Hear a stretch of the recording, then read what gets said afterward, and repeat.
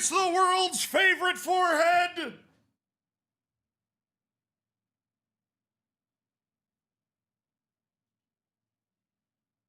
Seventeen-time flag quiz champion.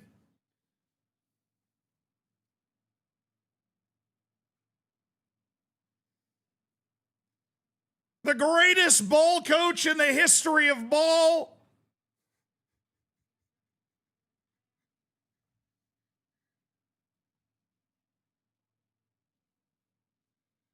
It's Laquavius Burnside.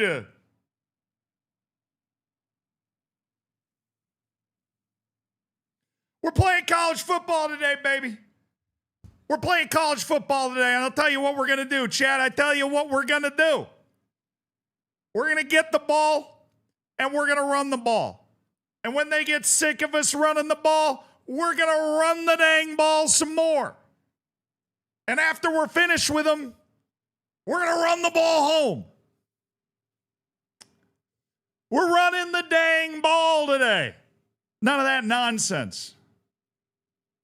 None of that other nonsense. We are running the dang ball today. All right, run the dang ball. Run the football. That's what we're doing. I'm loading into the game right now so that we can run the dang ball. All right, Wheezy F, baby, chill out. You thought about passing? No, we're going to run the dang ball. We're going to get more running backs. We're going to run the dang ball some more. We actually throw the ball way too much for my taste in general. We throw the ball way too much for my taste. We line it up, pro style, run the football.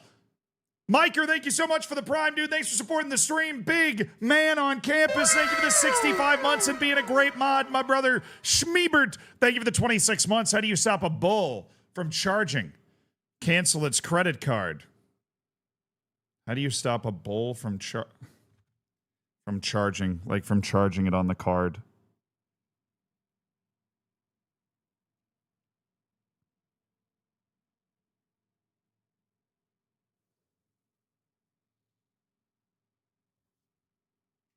It's either an A or an F, chat. We're going to have to choose one. It's either the best dad joke you've ever heard or it's the worst dad joke you've ever heard. It's either or. It's one of the two. Personally, I'm going to go with an F, but I can see how you can be persuaded. I can see how you be persuaded. Schmieber, thank you for the 26 months. That was a good dad joke. Let's load into our save season 4 loading with the Delaware mother clucking hens, dude. I could revive Arch Manning's career, probably. When will you do my next FM stream? I don't know. It'll be Brothers Save.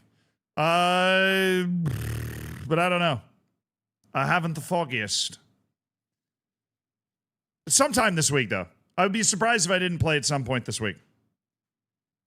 Bucks played a howler? Oh, yeah, but like a good howler. Not a bad howler, like a good one. The Bucks are balling out, man. Sign Shedeur Sanders? Maybe I will. But chat, what we are starting today with after our miraculous 11-2 Conference USA Championship season, despite our 2 disappointing losses to New Mexico State and Eastern Michigan, we are Delaware, and we're playing the Cure Bowl to round out Season 3. That is what we are starting the stream with today, and what we are hoping is a nice little win in the bowl game. Now, this obviously doesn't have to do with the playoffs or the championship or anything. This is a send-off to all of our seniors playing their last game for the Delaware Blue Hens, and then we are going to go into the offseason, and we are going to build the team, and we are going to take the field for Season 4 of this rebuild, and we are going to dominate in the trenches. Thoughts on Penn State? Dog water. Penn State is dog water. I cannot believe they lost that game to UCLA. UCLA is like the worst power conference team I'd ever seen, dude.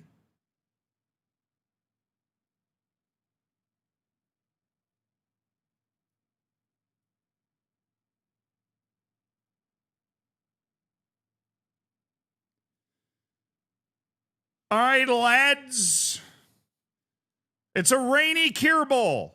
And I think we're in Orlando. I honestly don't know where the Cure Bowl is played. It's Delaware against the Rockets of Toledo.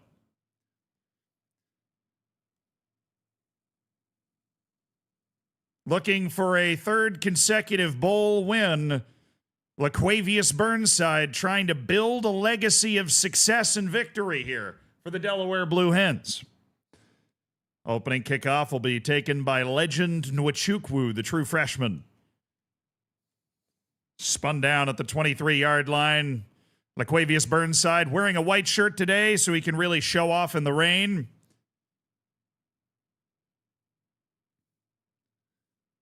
All right, we are going to go into our Super Sim as we do. Key moments, please. All right, our offense, nothing's happened. First half of the game, nothing has happened. I think we go for it on fourth down if we don't get this.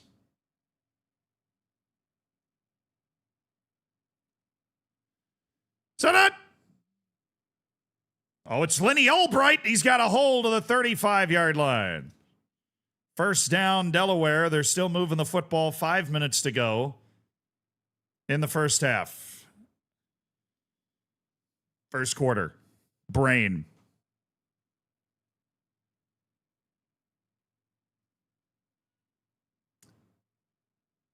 Set. Set it. Oh, he throws underneath it, swatted away. He had Albright, but he got beaten up by a lineman. And it'll be a 48-yard field goal for Tavares Battles. No wind to speak of, but in the rain. Difficult execution. It is nearly blocked. And he made it anyways. Oh, what a kick by Tavares Burnside. Major Milos, thank you so much for the 25 months. Thank you for supporting the stream. Hell yeah, brother. You thought about signing Lamine Yamal? No, I have not. Also, hi, YouTube.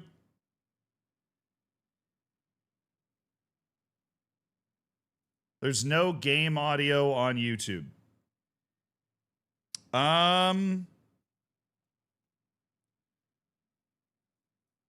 There should be.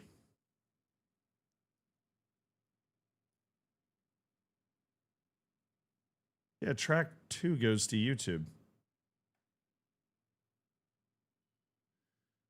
We're having that dang issue with the overlays and alerts, too. With the YouTube thing.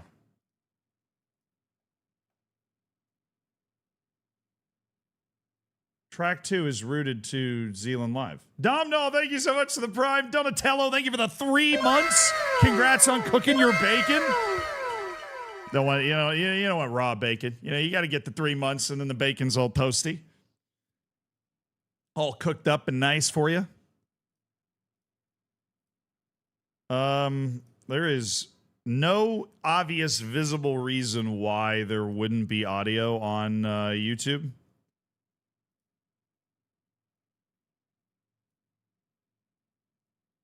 Like for the game.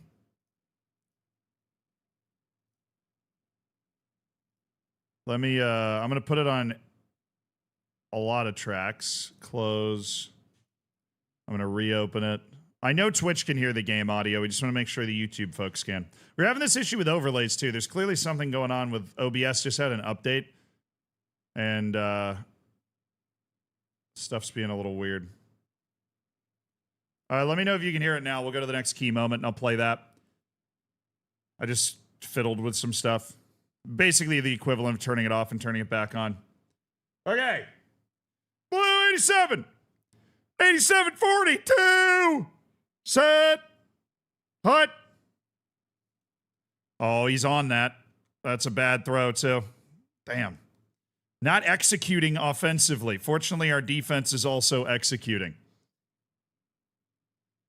No? All right. I think it's probably the OBS update that I rolled with like a week ago. 3rd down and 10. I like a screen here. Let's go, Williams. Let's go, Williams. Get up the field. Oh, good burst. Stiff arm. Inside the 10-yard line. Oh, sweet. My multi-chat has now also broken. OBS is having a day today, baby. Having a day. Okay. We are clucking. First down and goal. I got to lock in. Handoff. Left side. Lenny Albright slips a tackler. He's down to the 1 yard line. All right, we're going to run power alert looky. One-on-one coverage for Parker Locke, our star wide receiver. Not superstar, but like our best wide receiver. Set! Got him. Can't cover me. You can't cover me. You can't cover me. He cannot be covered.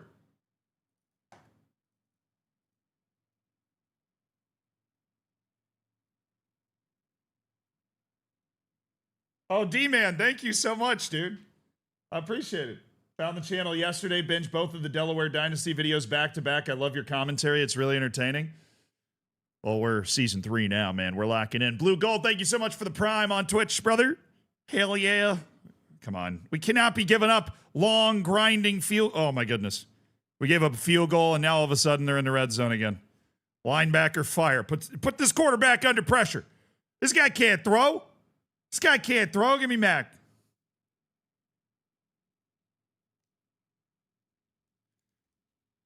Yeah, that's what I thought. Put him under pressure. He can't make that throw. I'm right in his chin strap. Saying hello to his mom in that pocket. What's up? All right, probably need to be a little more aggressive in coverage, but what can you do? All right, third down. We're going to do cover 1, contain. I think you're throwing the ball. No shot. There you go. Break it up. Break it up, kids. Break it up. Not in my house.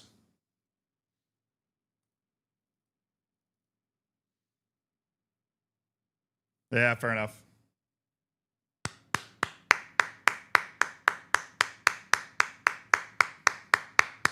Good stand. I would love to be our offense really isn't executing that well. Looks like we're on a bit of a drive here, though. Third down and 1. You know what we're doing. Oh, no, we're not. Wait.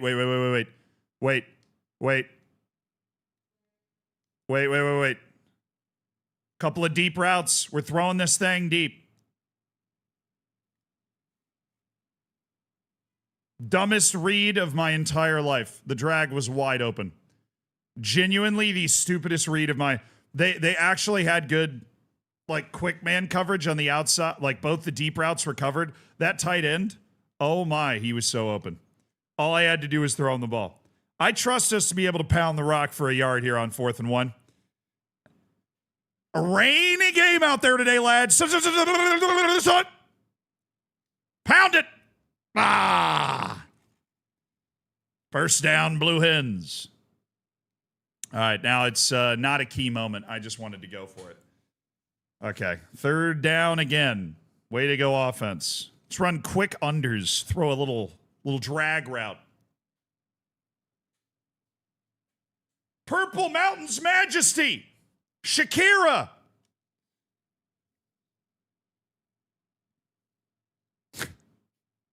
Amen, brother.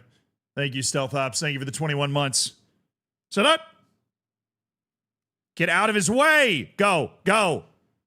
It's Bakhtiari, and he's inside the 20-yard line.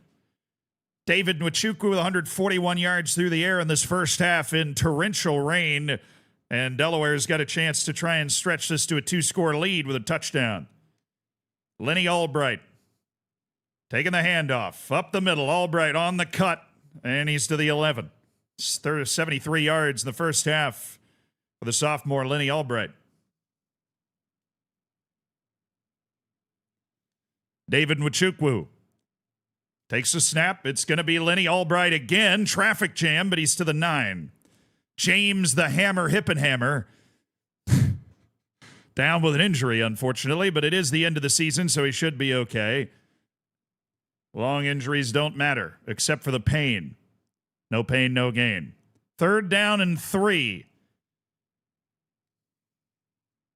It's the third quarter, not the second quarter. I'm an idiot. That makes this drive and this play even more important.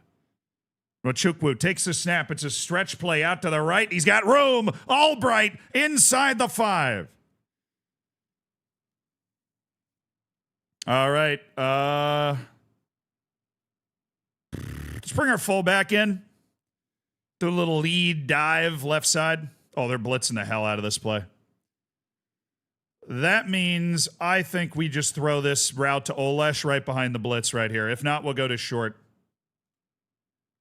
Oh, dude. Oh, you gravy hands. What are you doing? Catch the ball. Guy barely touched you. Softy. Come on. Can we have sound? Simon, I tried to fix it a little earlier. Right now, I got to lock in.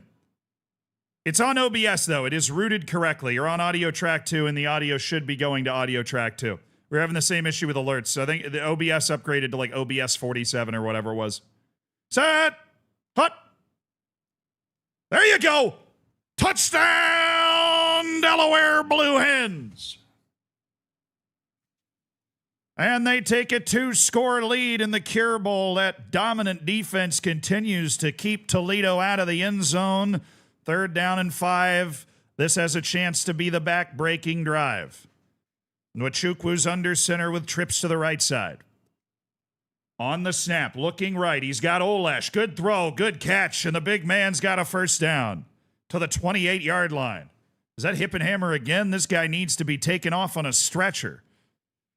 3rd down and 4. David Nwachukwu, redshirt freshman transfer. Has really put together a good season as the quarterback of this team. Set. Hut. Oh, it's a drag route. They're using the speed of Bakhtiari, but he can't squeeze it. Good coverage by Toledo, and it will be 4th down and 4. A field goal makes it a 14-point game. A touchdown really ends the game, so they are going to go for this. They're going to see what they might be able to do here on 4th and 4. Will they snap this? They will. So tempted to run this ball, but I'm not going to. I like Dakota Short. He's such a good route runner. Backside of this. Yeah, there he is. Get upfield. First down, Blue Hens, baby. First down, Blue Hens. All right. We are the way better team. We should be winning this game pretty comfortably right now. Lethal Scout, Blue Goldens, thank you so much for the primes, by the way. Thanks for spending $10 of Jeff Bezos' money right there. All right. Touchdown, this game's over.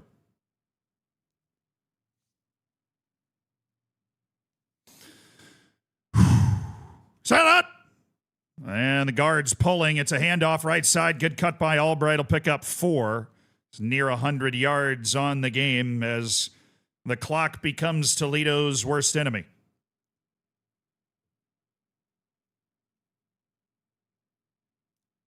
Set up. Handoff. Albright swallowed whole by the Toledo defense. And it will be 3rd down and 7.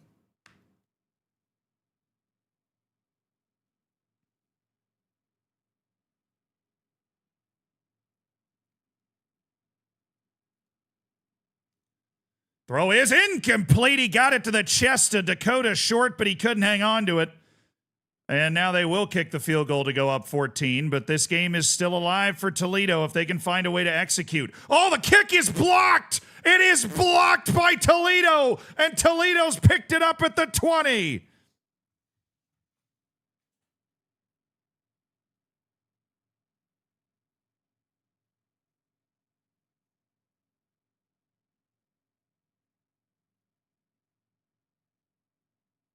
We got to execute, boys. We can't fall asleep. We got to execute every play.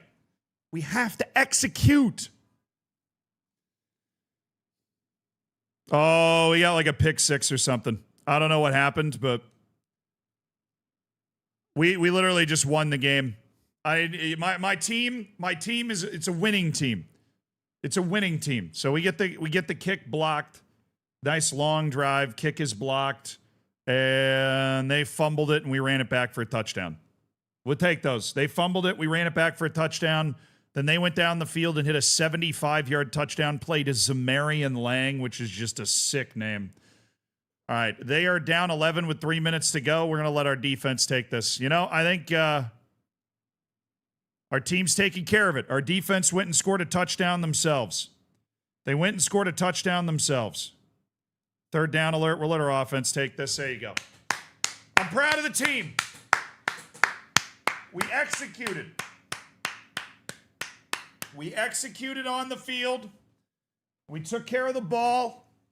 We marched it down the field, and we picked up a Cure Bowl win. I mean, you know, they were 7-5. This is the type of team we should be beating. But in the rain, in a bowl game, anything can happen. We executed. Enjoy. Thank you for the 31 months, dude. Thanks for supporting the stream. And Danny, thank you for the 6 months in the Prime. Appreciate it. Nice bowl win. That's a nice bowl win. That's a tasty bowl win right there. Juicy bowl win. Yeah, I think we got some good 102 yards for Lenny Albright. David Nwachukwu was 18 of 31 for 182. That was a defensive game for sure, dude. That was a defensive game for sure.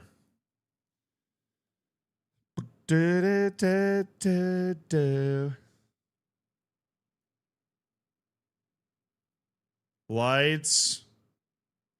All right, I'm going to try something to see if I can get audio to work on...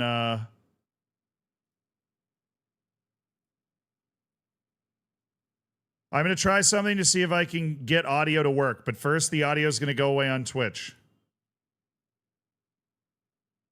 The audio didn't go away on Twitch, did it? Well, that was the music.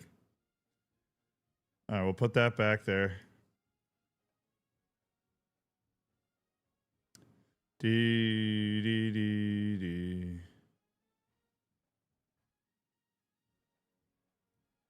Lights. Flashing. Lights. I know things. I know things. I will fix it. Look, obviously we want a national championship, but continuing to win postseason games, continuing to win bowl games that we get put into, that is a very, very important thing. Just for us being a good football team, being a good program, being a program that people are going to want to seek out, you know, that's got brand exposure and prestige and sends people to the pros and that sort of thing. We need to just keep stacking bowl trophies. Vakari Swain.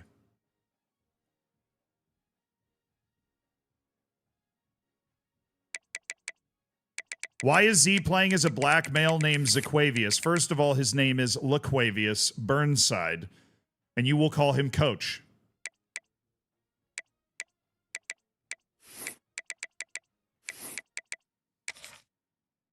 In fact, drop and give me 25. You didn't address him as Coach. Drop and give me 25. The Nebraska Cornhuskers are in the quarterfinal. Hell hath frozen over. Oklahoma State won their conference. They lost to NC State. Ohio State's beaten Tennessee. So we got a pretty standard-looking playoff outside of Nebraska and NC State. All right. Let's sim to the championship. We don't have anything else to do over this time. Can you move the cam to bottom left? Yes, that's where I normally have it when we're playing this game. So that works completely for me.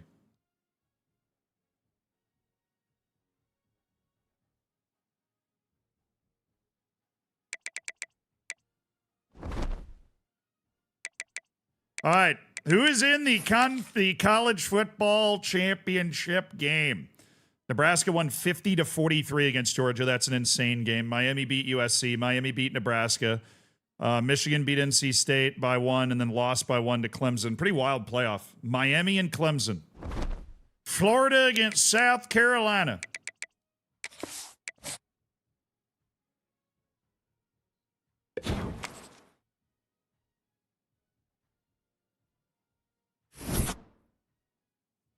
What do Kitchens and former farming enthusiasts have in common? Ex-tractor fans.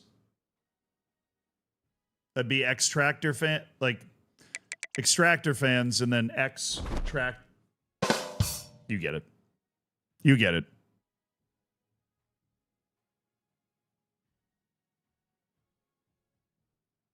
We're 2.5 stars. Are you for realsy? Oh, we are a 2.5 star team, baby. Oh, give me those recruiting points, bro. Give me those recruiting points. Who won?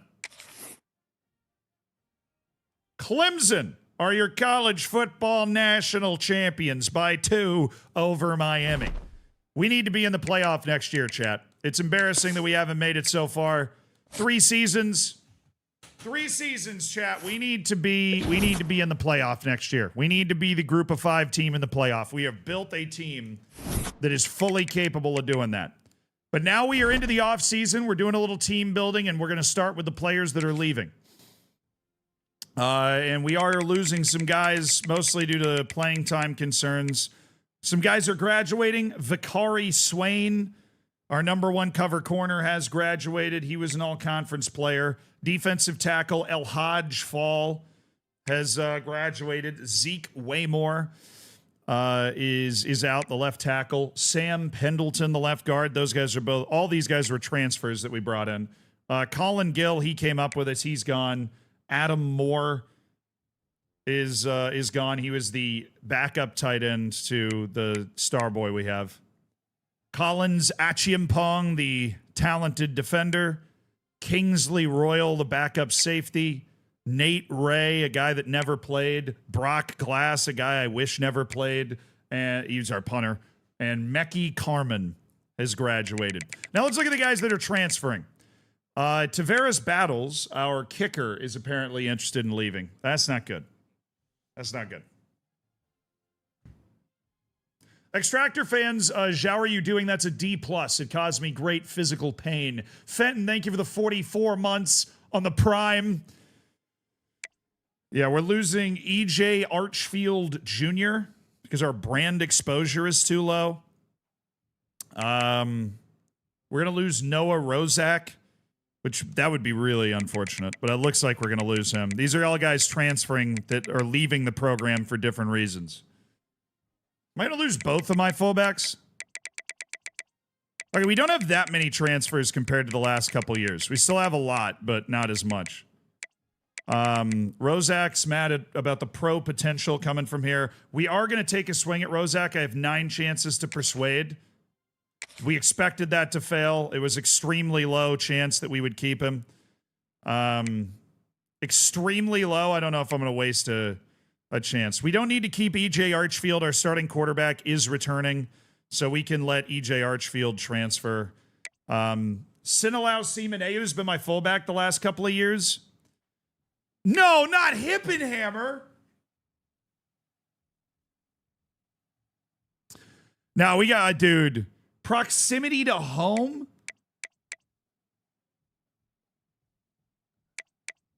Bro, you agreed to come here based off the proximity to your home in Arkansas, man.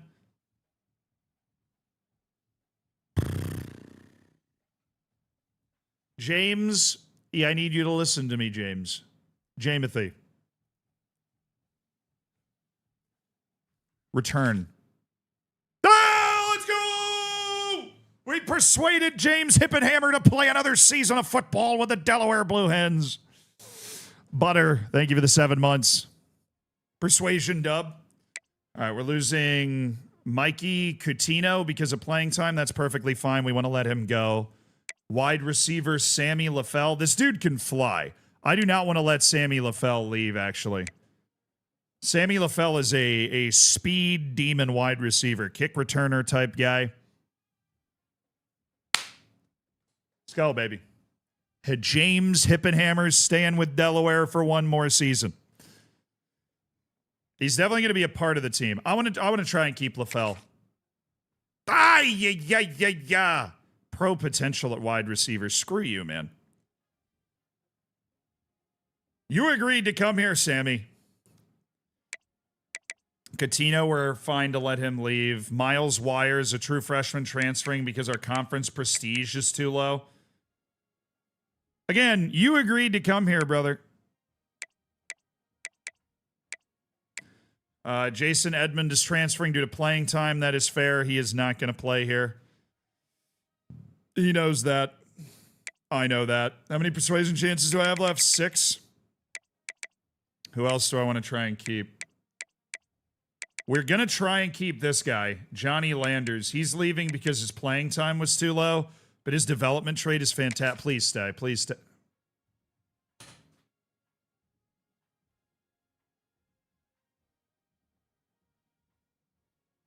That was a medium, dude. That was a medium chance, and he had star dev trait in the bottom right. Bro.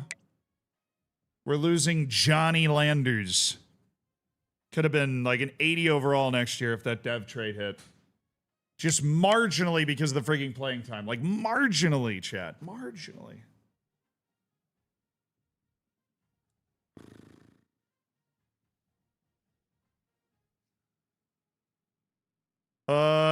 He's transferring due to conference prestige. Lee Cabrera. We actually have a couple other centers that are at that level. Upshaw's transferring due to playing time. Well, he's not going to play here, so he should transfer. Landers we couldn't keep. What about this Lee guy? Oh, he's transferring due to playing time. He's probably not going to get more at corner now. Okay, so we definitely are going to have enough for me to go after my kicker, even though the odds are extremely low. Yeah. Tavares Battles is leaving. Our conference prestige is too low for a man of his level. Usually don't want to send an extremely low because they're like never going to say yes, but let's try to keep Miles Wire around. Be a surprise if we kept him.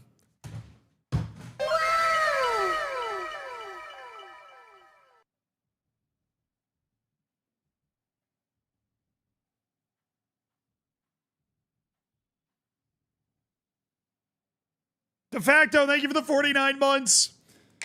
We're keeping Miles Wire. Hip and Hammer and Wire. We got 2 offensive linemen coming back to play again. That's nice. Although Wire's going to be upset every year because the conference prestige issue is going to continue to be an issue for him until we move conferences. Conference prestige people are just not good for me to have. Okay, we have 3 persuasion chances left. We might as well take a shot at Taekwon Burr. He's probably our... Oh, sick. I can't hit a dang medium, dude. I can't hit a dang medium? What about Mike Teague? Or who have I not attempted to stick? I mean, extremely low is not worth wasting one on. He's leaving. Playing time on Coutinho. He's not going to get any playing time. There's a younger guy on my team that is better than him. Edmund wants playing time. Lee wants playing time. Both those guys are going to have to leave to get it. They're not going to get it here. The other quarterback wants playing time too. That's fine. The conference prestige guy we can try to persuade, but he'll just try to leave again next year. He's just going to try to leave again next year. And same with the Sam, Ramon Francisco. He's also on very low because he just didn't play at all this year. We'll try Mike Teague. Hey, we convinced Mike Teague to stay. So, I mean, we need bodies to a certain extent, too, and he's like a solid offensive lineman that will be on our team next year. Okay, I think we'll go after Cabrera just because we can. And it failed anyways, so he's leaving. And all those guys that aren't staying are leaving. So goodbye to them. I wish them the best. Just kidding. I hope you suck wherever you go. Yeah, you're leaving Delaware? That doesn't work out well for anybody. It's like the opposite of Manchester United.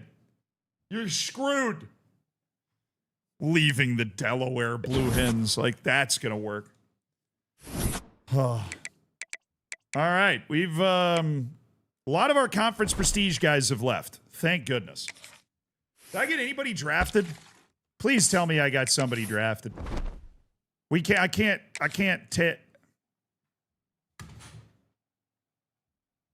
The last round! Vicari Swain was drafted in the last round! Give me that pro potential rating. You can go pro from Delaware. You can go pro from Delaware. You want to be a 7th round pick? Come play for Delaware, man. That's welcome to Sundays. Yeah, that guy might make the roster in the NFL. Vicari Swain. All CUSA corner. Yes, sir. He wasn't projected to get drafted, but he did get drafted. League him. League him. All right, I'm in a battle for this guy. Yeah, I forgot what my recruiting looked like. We haven't been in the save in like a week. Oh, my.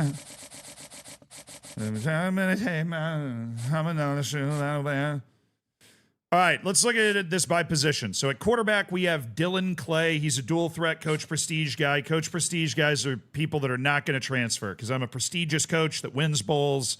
I do well, right? Max Casey and Dylan Clay. They're both not both fully scouted. They should be. At this point, we should be fully scouting who we're looking at. So Dylan Clay is a 90 throw power, 81 speed, dual threat guy. He's a dual threat with a worse arm. His accuracy is like buns. Well, so is Dylan Clay's. This dude can't hit the broadside of a barn. But he has a cannon. He's from Vegas, man. He's a gambler, you know what I'm saying? We've got Mafu Riley, who's the 8th best running back in the country out of high school, according to the recruit services. And then we've got DeMarcus Weil, who's the 5th best running back in the country from Kahuku, Hawaii. I think we go with an old Cindario. Oh, he already visited. Yeah, I don't have the ability to dump, like, more points into them. Or into him. So I can dump 10 more, I guess.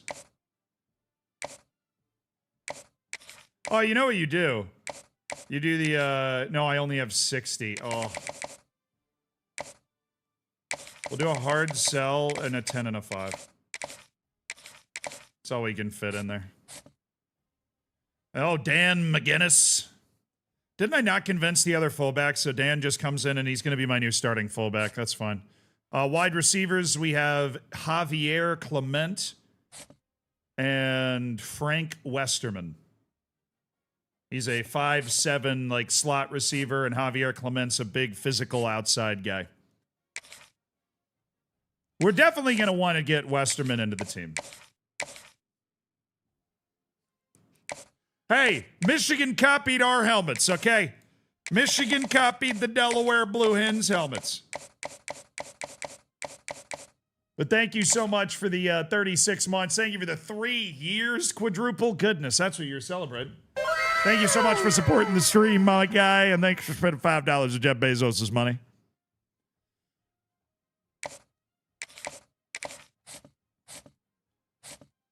Gonna make the world go round. Money make the world go round. All right, at tight end, we got 4 guys here, all of whom we are able to win pretty comfortably. So what we're going to look for is one that is special. Like that. This guy is a physical route runner. Oh, and his name, is a tight end. Oh, David Agunbawale. What a tight end name. Big physical pass-catching tight end.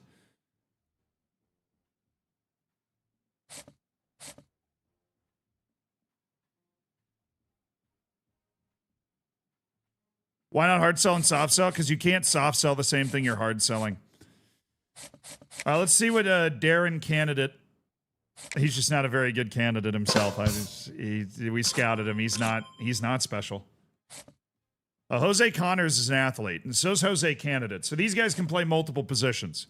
And at 6'3", 233, he can probably play defensive end, outside linebacker. With his speed, I don't think.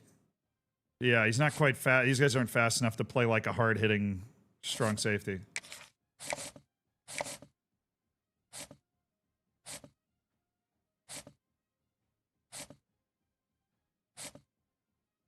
Man, Jay Gadosh he can get downfield, man. He's got speed, he's got acceleration, he's got nice hands, he's got good catch in traffic.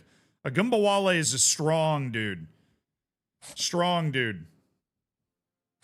Agumbawale runs better routes, and of course he's got a better development trait because he's a gem. He's a guy that can turn into a star. But you know what? Gadosh I think we'll hang on to. Okay, we've got... Oh, these guys are signed. We signed 2 4-star outside.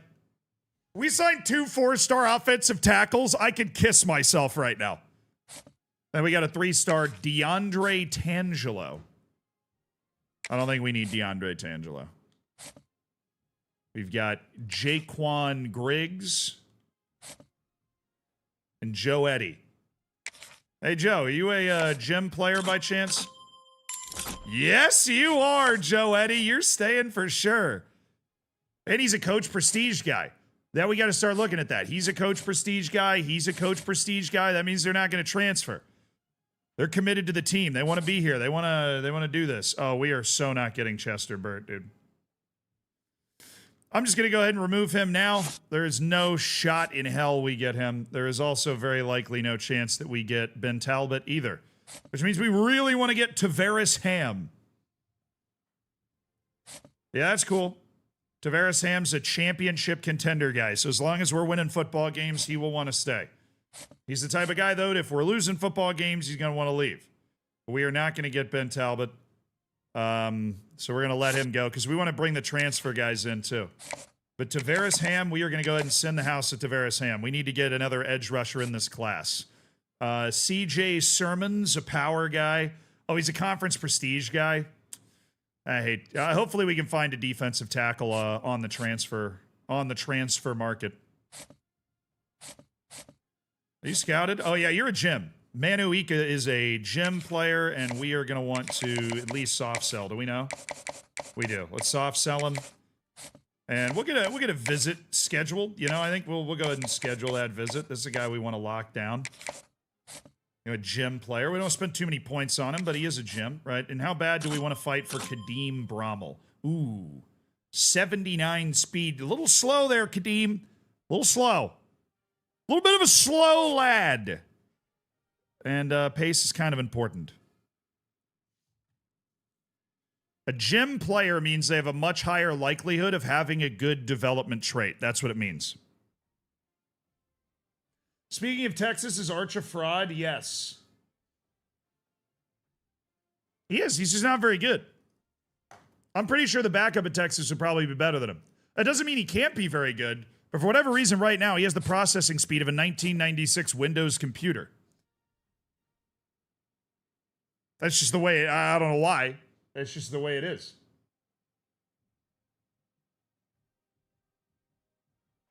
All right, Mike linebackers. None of these guys are scouted, but we've already signed 2 of them because they're 4-stars. We already have 2 4-star Mike linebackers coming in. Unless this guy's abilities blow. Oh, he has 89 speed. Yep. Yep, I could use that guy somewhere. I don't care where I put him. That guy flies around the field. He flies around the field. We absolutely want to keep him around. All right, Jameel Mayo. Not my favorite condiment.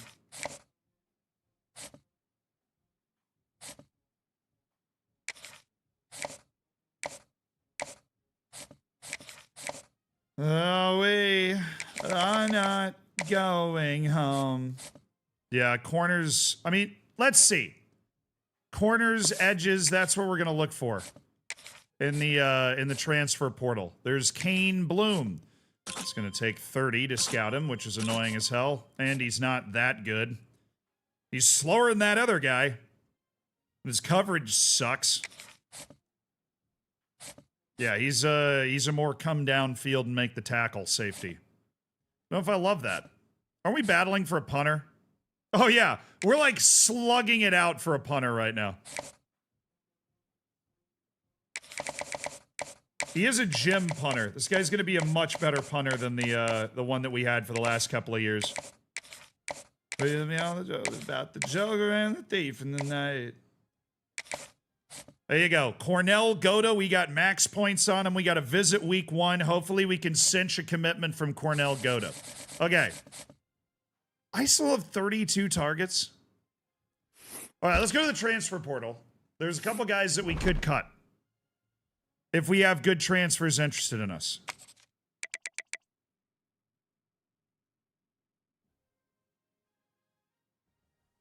Oh my God, there's quarterbacks that want to come play for me.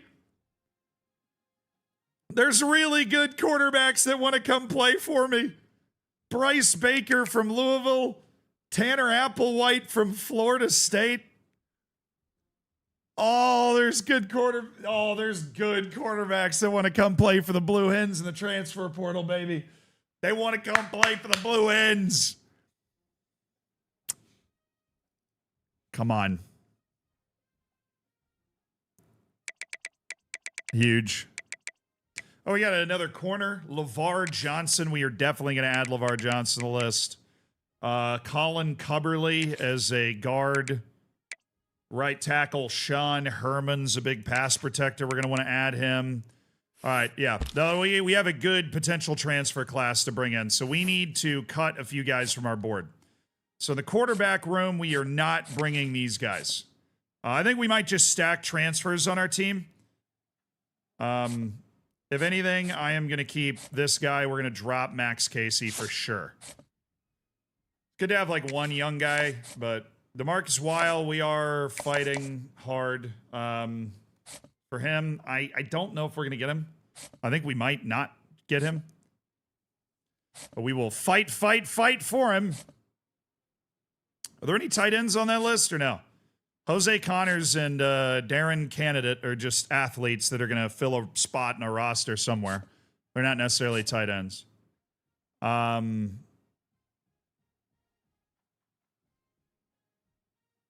Sean Herman's the guy we wanted to add to our list. He's the third best transfer offensive tackle in the country and definitely a guy that we're going to want to target heavily. He's somebody that also loves the Delaware Blue Hens, loves our brand exposure, I guess. Offensive guards, we've got Colin Cubberly. I love building my offensive line in the transfer portal. I can't seem to keep good offensive linemen, but we get transfers in every year that are able to keep a solid offensive line together. I didn't see any edges, so we're still working on Tavares Ham. We do need a defensive tackle. El Hodge left, and we lost our young defensive tackle too. Yeah, I think we dropped Kadeem Brommel.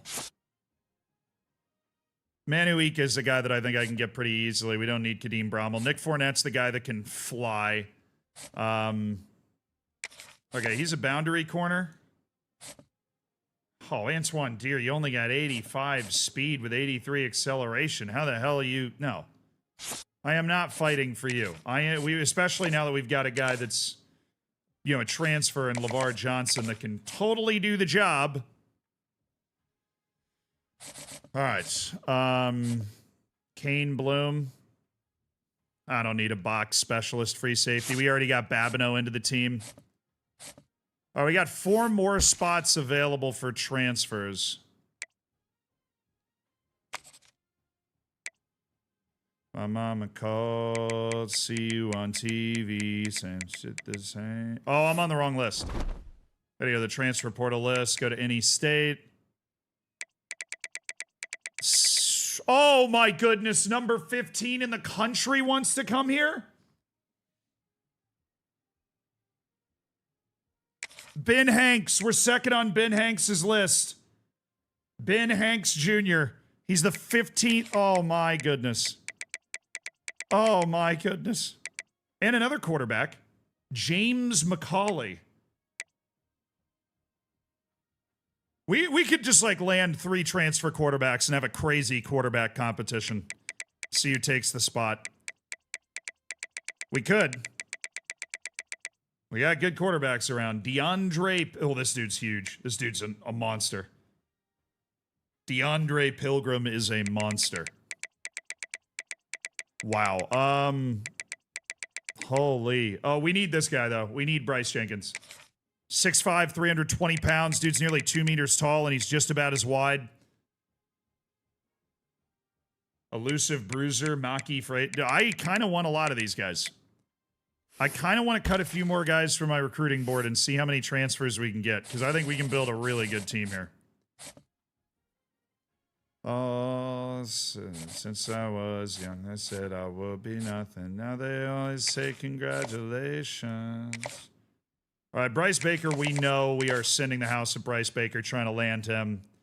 Hopefully, we are able to hustle our way to Bryce.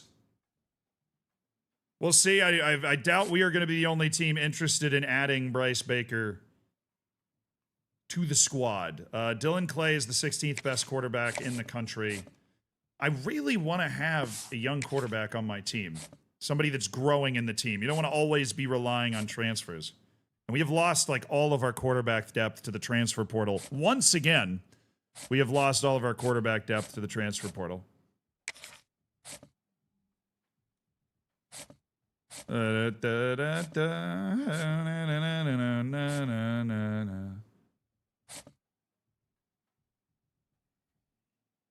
Now, we don't need a kicker. We had a backup kicker on our team already, so even though Battles leaves, we have another kicker on our team who just takes the spot. What's a Mike position? Middle linebacker. There's Mike, Will, and Sam. Will is weak side, starts with a W, and Sam is strong side linebacker.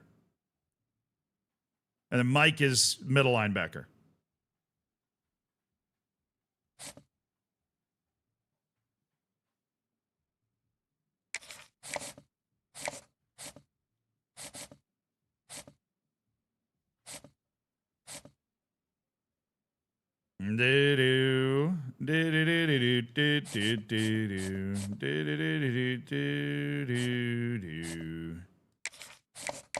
I think I'm going to land Cubberley pretty comfortably, so I think we can drop that to 25.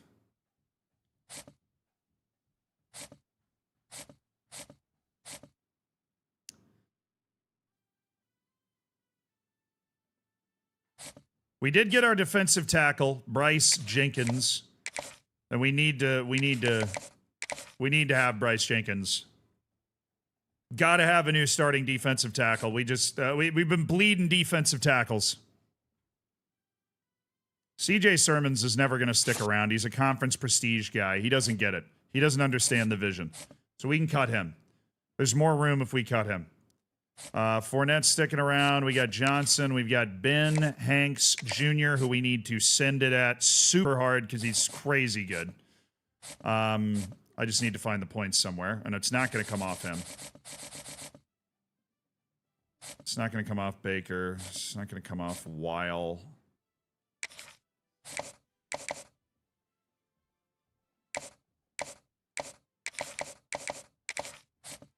Not going to come off Westerman.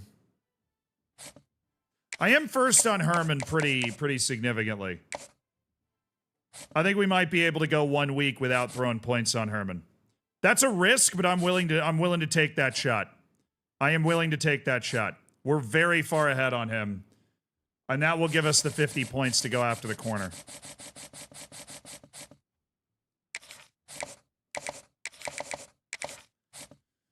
All right, who are 2 other guys that we can target out of the transfer portal? Okay, we're gonna search for interest in my school. Obviously, top 3, transfer portal, any state.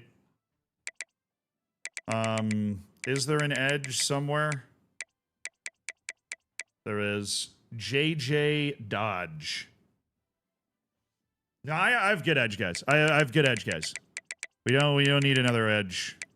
What we do need, in my opinion, is this guy is a championship contender. This guy's playing time. Applewhite is also championship contender.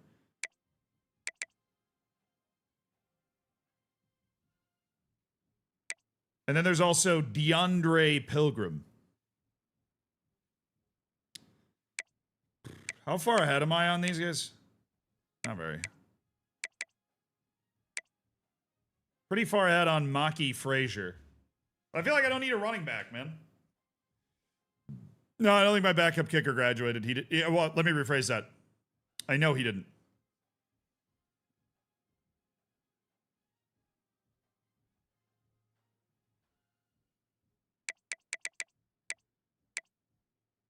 All right, we're working on Bryce Baker.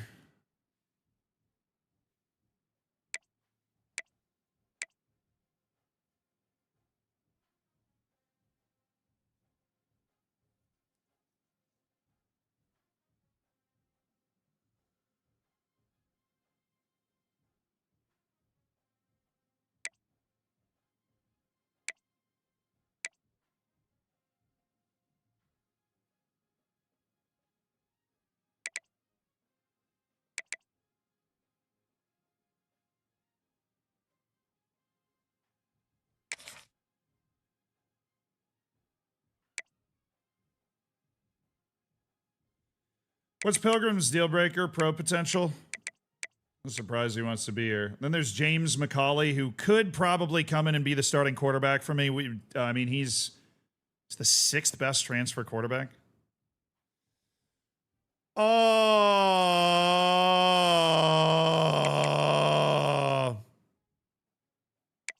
You either go on a guy like this week 1 or he's gone. So here's the thing. He's a year older than Baker and Applewhite, so I think he's a better player. He's going into his final year of his career. So he's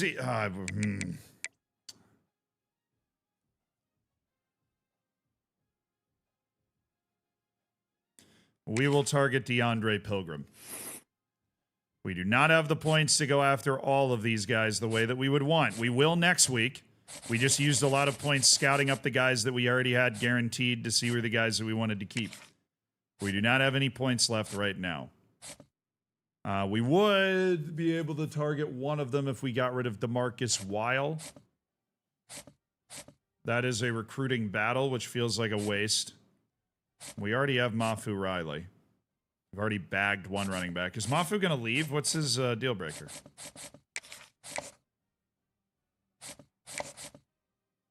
I can't see that anymore. Okay. DeMarcus Weil's a playing time guy. He's probably not going to get that playing time. You know what? Wild move. I'm just going to cut DeMarcus Weil from my board. Because I don't think he's ever really going to play. He's a playing time guy, and I've got other good running backs in my team. I don't think he's ever going to play. I think what we can do then is we just added Applewhite. We've got that.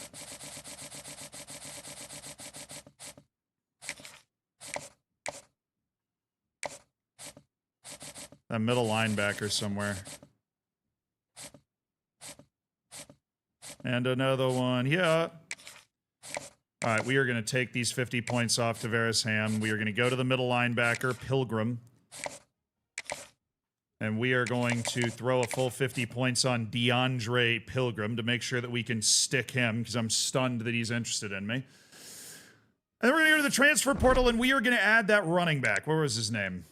I would love to add 3 quarterbacks and it just be like overkill and we have the greatest quarterback competition ever. That would be really fun in terms of like an off-season. You know, we just add all these quarterbacks.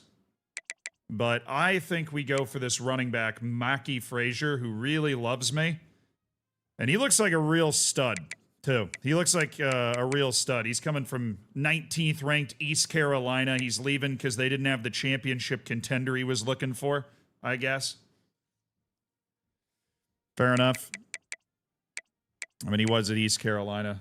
Skylar Dillard, big physical receiver. Got to make sure we get this other defensive tackle. Bryce Jenkins. But there you go. We'll add him. Let's find 5 points somewhere. I think I can find that on my wide receiver. Damn, I already took the points off him. Out of 2, 4, 6, 8. All right, 45. Just give me the points to offer Mackie Frazier a scholarship.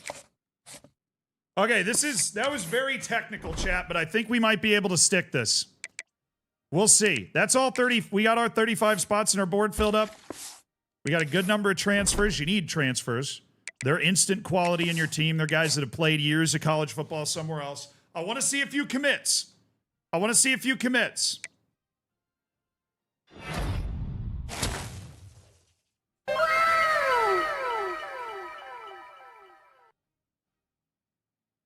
No, I do not need a kicker, I promise. We got the punter, Cornell Goda. That was it. I don't like the fact that was it. I wanted the wide receiver, too. Westerman. Okay, let's, no.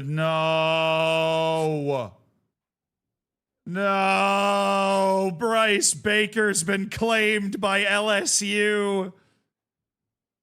There's no way we're going to beat LSU to anybody. We are not going to get Bryce Baker. Tanner Applewhite, we are leading in the clubhouse. The other quarterback that we were first on his board, we are leading in the clubhouse to try and get Applewhite. Nebraska and Tennessee are both after him. Oh, Boston College has sent it on Mekhi Frazier. Okay. Fortunately, I have the points now. We can throw a ton of points around. So Mekhi Frazier, the running back, we're able to go after. Westerman, the wide receiver. Okay, we totally got him in the bag. We'll just leave the 40 on him to make sure that we put... Houston gave up on him. Anything weird with these guys? No. Offensive tackles. God. That cost me a player. That cost me a player. We lost Sean Herman. We're not going to get him. Please tell me I kept this guy. Thank you. Nobody went after this guy. Freaking, all right. Colin Cubberley, we're going to upgrade that to a full 50 and really shut the door on anybody trying to make a move on our transfer guard. Edge players. See, I knew it. They're just totally out of it. We can leave him. Well, now I'm uncomfortable. That's a championship contender. Cool. Let's schedule a visit for championship contender. That's fine. We'll send the house and have him visit week 2 and then see if we can stay ahead long enough to actually win him.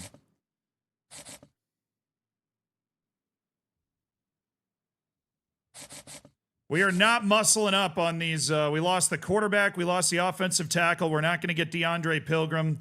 We're already getting blown away by Miami.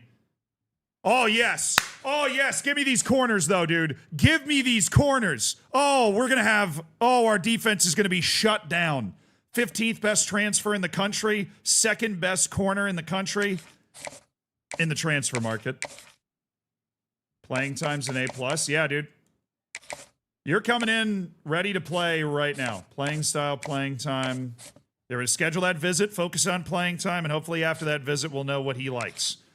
He's a championship contender guy. Cool, we can get a visit scheduled right now. We don't know anything else yet, so we'll keep sending the house. Oh, I do have a 10 extra points. We can throw 10 extra points on these guys. Oh, he's from Oregon. That's why it was so expensive to fly him out. Okay. He's from Overton, Florida, so I'm very surprised that nobody else has gone after Ben Hanks. That's not my problem. And then we got the punter, Cornell Goda, the 8th best punter in the country this year in high school, so... That's a good move. We can only put 50 on Applewhite. All right, I got 3 transfer portal options left. We got 3 spots in our team. We can make a transfer portal move. We need to lock in right now. Blanche, thank you for the 33 months, by the way. Yeah, we're not getting Baker. We're not getting Pilgrim. We can land another quarterback. There is Miles O'Neal from Texas A&M who might be a sleeper pick to be a starter. I want to give Applewhite a challenge. I need another quarterback on my team. So Miles O'Neal is available. Nobody's going after Miles O'Neal. We lost Herman. We're not going to get that defensive tackle. We can get George Okine, who is 6'7", 321 pounds. How about this defensive tackle? Damn. I really need a defensive tackle. I would love to go after Jacoby Slack, too, and just stack my offensive line with transfers, but what are these guys? He's championship contender. He is championship contender. All right, Miles O'Neal wants to play for a good football team, man. I get that. Why is every defensive tackle occupied?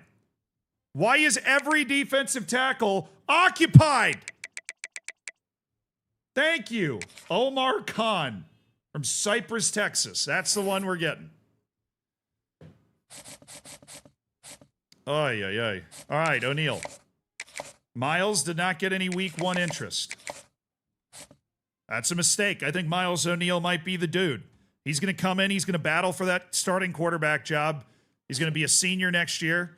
I think he's got the goods. I think he can pull it off. Mekhi Frazier, we should be able to stay ahead of Boston College there. Westerman, we should be able to put him away. Whoa.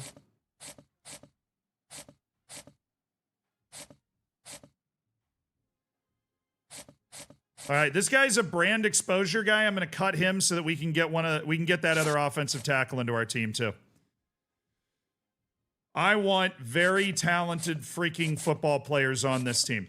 I don't need a 3-star athlete tight end guy who's not special and is probably going to try and transfer out of here. I want guys that are, that's what we didn't look for enough here at the start of this save. Guys that are committed to the program. You know, they don't have any reason that they would want to leave. All right, Omar Khan gives us insurance at the defensive tackle position just in case we get in trouble. Our corners, I'm happy with those, man. Oh, am I happy with our corners?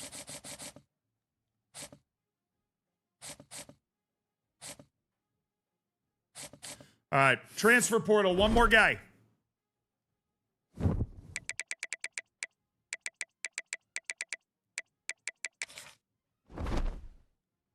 You're giving up way too easily? I got to spend my points efficiently, man. I got to spend my points efficiently. I cannot spend time wasting points. We got to get 35 guys into this team, and I am going to get 35 guys into this team. I am going to go get a couple of 6'7" offensive tackles from Northern Illinois who apparently are leaving because the coach got fired or something, but they both look good.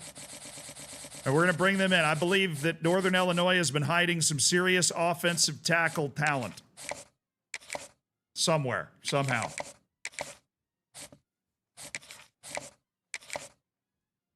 He said the number!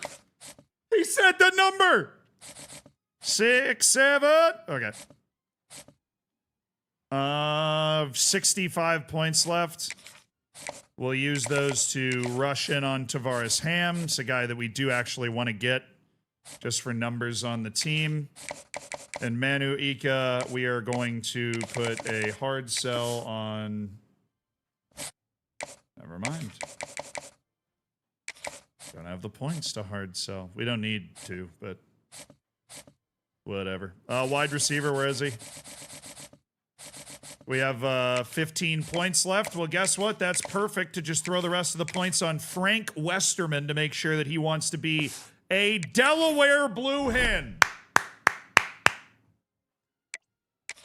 Let's go, boys. We are in a couple battles. We are in a couple battles that we're going to try to win. We got rid of the battles that I didn't think I had a better than 50% chance to win.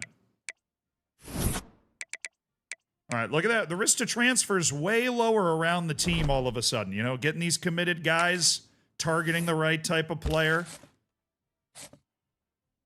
Applewhite is going to, oh boy. It's going to come down to the end on Tanner Applewhite. Clay's ours. Miles O'Neill is definitely ours, so we are going to bring in a transfer quarterback. Tanner.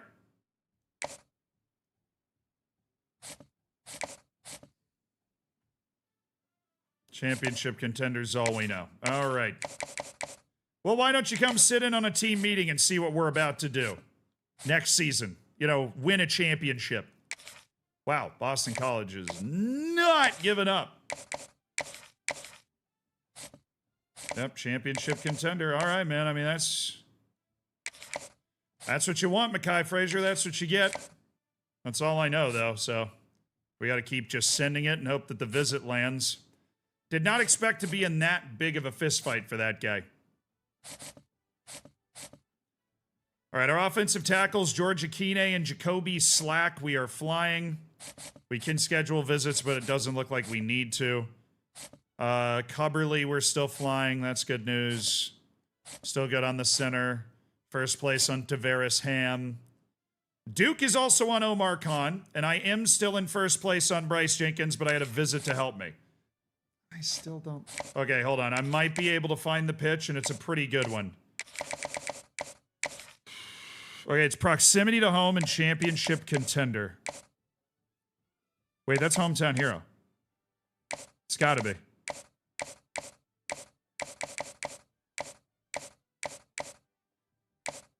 No, it could be. No, it couldn't be. It couldn't be. It's hometown hero. Oh, that's such a good sale for us. All right, maybe we can get Bryce Jenkins anyways. He would likely be the starting defensive tackle if we landed him. If not, it's going to be Omar Khan. All right, we already did our visit with him. We have not done our visit with Omar Khan. We need to do that now. Little championship contender, please and thank you. And what about at corner? We are competing really hard for Ben Hanks Jr. Georgia Tech's in there. We just had our visit last week. We have the sale. It's a good one. Playing style, coach stability, and playing time. It's all about fit for him, you know? It's all about fit. That's what he cares about, Ben Hanks Jr. It's what he's always cared about. How does he fit into the program? LeVar Johnson, we also know our pit. Dude, we landed... I mean, the guy we landed last year as a transfer got drafted into the NFL. So, seriously, you transfer in here as a corner. We're giving you an opportunity to play, you know, big stage. Big stage. Okay. Ready for visit? Anybody that is in a competitive position at all that we can schedule a visit for, no? Any of you guys got cheap visits? Miles O'Neill does. Colin Coverley does. And so does Jacoby Slack.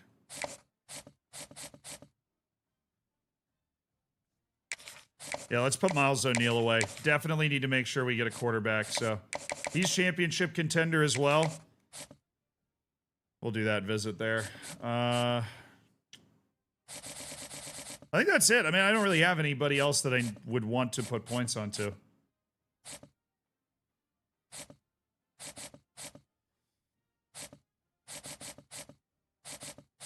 We're building a very good team. I think our team's going to be... Our team are going to be dogs next year. Our offense kind of grew into the season. That should be enough to get them to commit. Our offense kind of grew in and got better over the course of the season last year, but I want a good offense and a good defense just on drop this year. I want to be running teams over.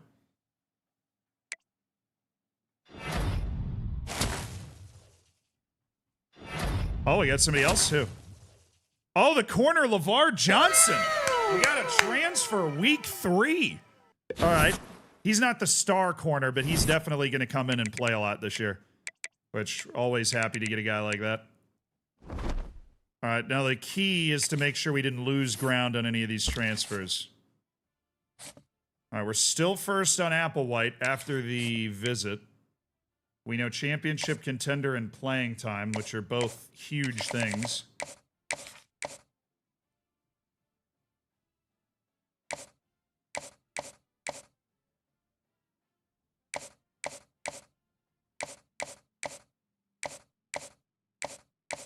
No. No. Okay. It's that one.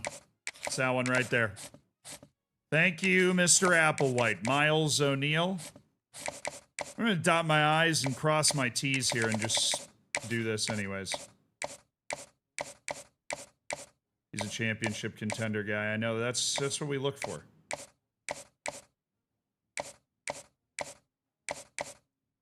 All right, we found it. We can get a nice pitch to Miles O'Neill, make sure that he wants to come play here. Oh, baby, we are fighting for Mekhi Frazier. Now Central Michigan has decided they want to go after him.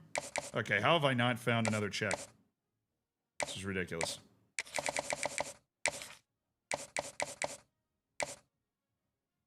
Could be that one. Watch this somehow potentially be multiple. I feel like that happens sometimes. They just like poke a hole in it. No. We know what it is. It's not a very good sales pitch, honestly. But we work with what we've got. Did I get Mekhi Frazier? All these other guys are going to commit automatically because we're first on the list.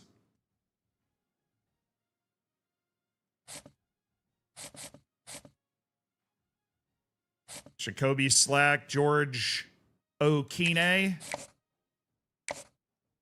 You know what, man? You want to come visit? Come talk about how we are a championship contending school, George.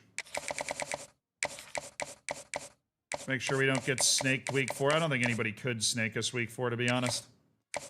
I don't even think it's possible. That's how confident I am. We'll do it with Slack, too, if we feel like we have the extra points and the extra time. Damn it, Syracuse has a week 4 visit on Bryce Jenkins. I don't know. We'll see. It comes down to the last day. Syracuse could jump us. I don't think Penn State could jump us, but Syracuse definitely could jump us. Omar Khan, we had a good visit. We've got it narrowed down at least, so. It can fit in there. How's that one? House call. Whatever the hell that means. Omar Khan.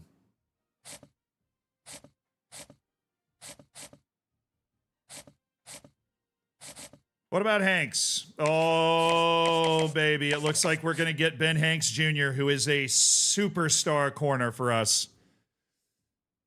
Georgia Tech didn't get a visit scheduled, so we should be okay. Yeah, we'll get visits in for these guys. You deserve to visit the school. I think you're going to be a stud. I think you're going to be a stud too, Jacoby. Who else deserves a visit? Agumbawale. I like Agumbawale. Yeah, come on, man. You're a gem, dude. I think you're going to be a key player for us at some point down the line, Mr. Agumbawale. All right, we don't have anybody else that we would need to put points on. Who do we want to make sure that we get?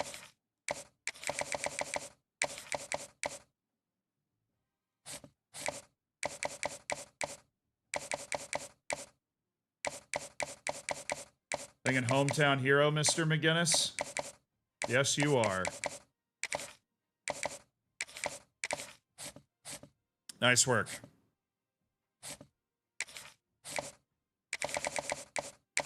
Oh, goodness. Coach Prestige and Championship Contender. I think there's only one thing that uses that. Especially there. There you go. House call. David Agunbawale. House call. I got 15 points left. Anybody else that we're like, let's make sure we get them. Put some points on Joe Eddie. Why not? It'll just bother me mentally if I don't put the points down. All right. I don't even remember the names of the guys that we're like really nervous about. It's the corner, Hanks Jr. Okay, Westerman we expected to get, but that's our. We want 2 good wide receivers in every class, and we got 2 good wide receivers in this class. This is the final day. All right, Cubberly. We expected Cubberly.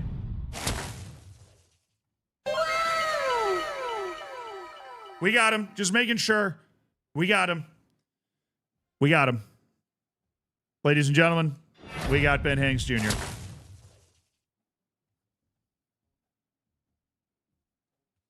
We got Tanner Applewhite. That was the quarterback that we weren't sure we were going to get. He might be our starting quarterback this year, so that's a big get. There he is. It was Mekhi Frazier. I think we signed another class of 35, which is what we needed. Omar Khan. What about Bryce, the other defensive tackle? Where's Bryce? Dylan Clay's coming in. He's a freshman. Dan McGinnis is our new starting fullback. Gadosh. DeAndre Tangelo's our like depth at tackle. Jaquan Griggs is our depth at guard. Joe Eddie is the gym center. Nick Fournette's that fun athlete linebacker. Jameel Mayo is in. Jose Connors. Tavares Ham. We needed to make sure we got him so we could... There. Oh, we got them all. We signed 35, chat. We signed 35.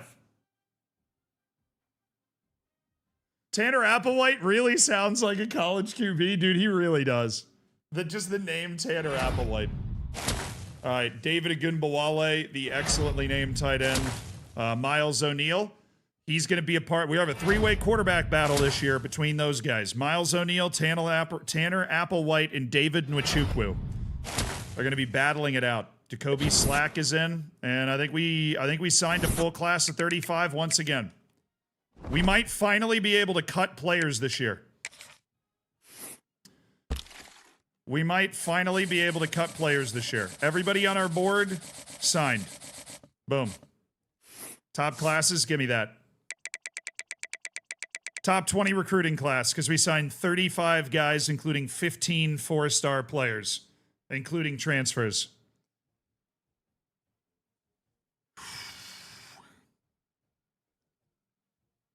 We will have to cut, I hope. We have not had more players than the cut limit the entire time that I've been here. We have lost so many players to leaving in the transfer portal. This is before, remember, this is before the upgrade. This is before the attribute upgrade, but it looks like Tanner Applewhite's going to be the starter. He is a little better than Miles O'Neill. It looks like Tanner Applewhite from Sioux Falls, South Dakota. He's at least the leader in the clubhouse, chat. Dylan Clay, our true freshman's down there. He's only a normal development guy, so I'm not super excited about him.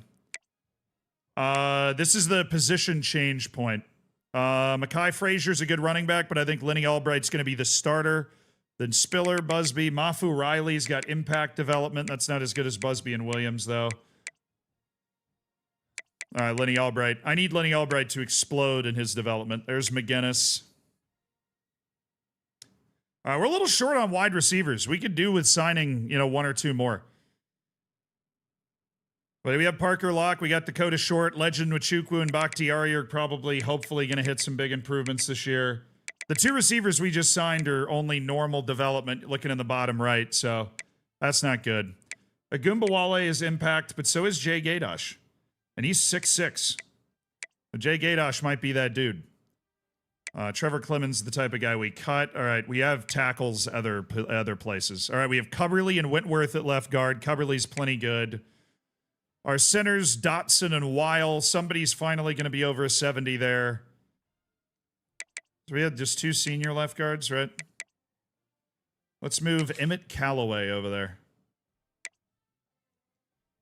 Over there. Why is this song on my playlist? I've never heard this song and I don't like it. T Grizzly. Not very good, are you? There are all my tackles. They're all at right tackle. All right, Okine is a dog. We're going to move him to left tackle. George Okine moves to left tackle. He's an 81 overall. He is going to protect the blind side. And Barry Glenn, who was the guy I had? I had the 72 overall or whatever at left tackle. All right, we do have three freshmen: DeAndre Tangelo, Matthew Cole, and George Stead.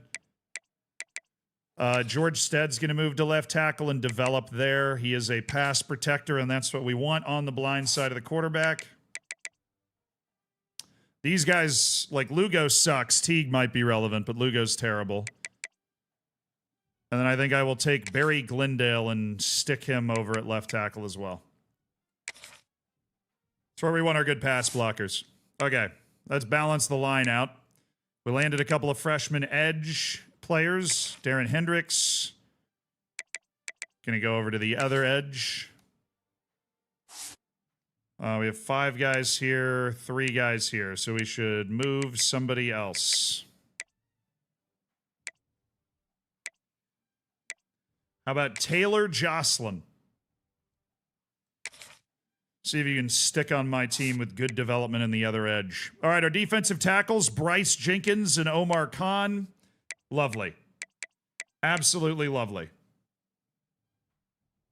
We have Barbosa. We got Taylor Ham. Hopefully those guys continue to grow, but I want guys that are good now, you know? We got a 4-star linebacker. He's ready to rock. We'll see if he's able to hold that spot, though. He also has elite development, so I think I might just start Caleb Henderson in that spot right away. We have great middle linebacker and Alex McIntyre. He should be like a 90 overall. Oh, wow. Both freshman middle linebackers re-signed. Carl Dobbins and Ray Hurt are both elite development players.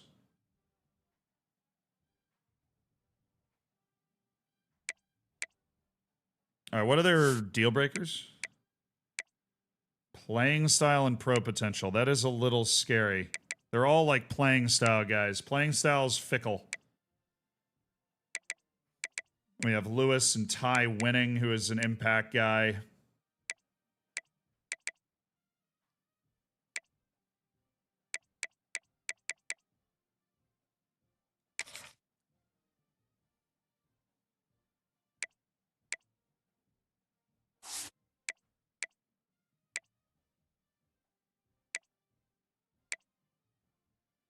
All right, I want to move Carl Dobbins to somewhere.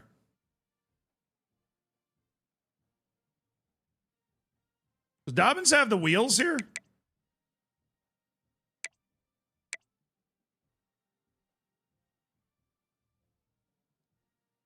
He's actually a better safety, but he's not fast enough to really do that. No, I think we make him a strong side linebacker. We'll stack him up with that other good young player. Easy enough. Okay, corners. Got a lot of corners. Hanks is a 85 overall. Vernon Woodward, who we got in as a transfer last year, is an 82. Our other transfer, LeVar Johnson, is an 80 with 96 speed. 96. And, of course, we got a lot of freshmen from last year's recruiting class. We got 2 freshmen from this year's class, Alex Kellum and Jameel Mayo, who doesn't look like he's going to be all that great. So this is all about development. We'll see which one of these guys is able to stick a good year on development. But we're going to have a great, like, no-fly zone type secondary. Babineau, good player. A.J. Graham. Strong safety. See if you can develop into a decent strong safety there for me. Vaimauti. All right, our kicker, 5th-year senior Skylar Shoulder, lost his job last year. Now he's got it back. And my goodness, Cornell Goda. He's probably going to transfer after this year, but what a punter we have for 1 year. Oh, yeah, athletes. Where are my aths? I have 2 of them, Jose Connors and Nick Fournette. All right, he is a natural tight end, but where else can we play him? Fullback. We can play him a strong safety. He's a little slow, though. He is a little slow. He's a gritty possession receiver. Can also play running back. Normal development rate. Coach prestige is his thing. So he's going to be able to grow into the team for sure. Wherever I put him, he's going to be able to grow into the team. Maybe linebacker. What was my tight end situation?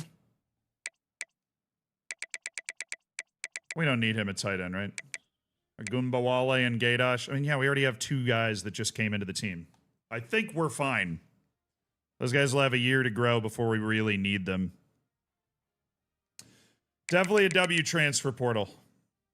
Man, stacking good corners in a team like this is great, too, because we can play man coverage and our guys will be there. Could just put them at fullback. We just have 2 fullbacks. Yeah, I don't want 2 fullbacks the same age. I want to stagger them a little bit.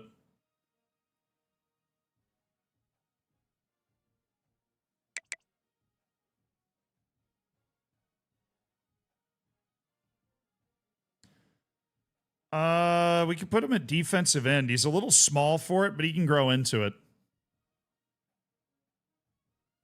Yeah, he's only a 56 overall as a receiver. He's too slow to be an effective receiver. He would just be a tight end playing receiver. But he's a 65 overall defensive end and linebacker at all positions. I think we put him at defensive end. He could grow into that a little bit more. And he's the type of defensive end that plays well in our scheme. He can hold the edge. Put him at fullback and redshirt him. Nah. I want to give him a chance. I want to give him a chance to, like, make the team and be effective. We're going to put him at defensive end. All right, Fournette. This is the really fast guy. I'm going to put him at strong safety for sure. I'm going to put him at strong safety. We're going to redshirt him. He is a big, fast guy. And I think a big, fast guy at strong safety is really dangerous. Because he can hit really hard coming down the field for sure. Okay. We are going to have to cut some people, chat. We are going to have to cut some people. Let's make sure our position changes stuck. Let me sit back down. We're going to need to be serious here. Let's just make sure, yep, our position changes carried over. Oh. Can we go all the way down, please? That's not all the way. Next week. Here we go.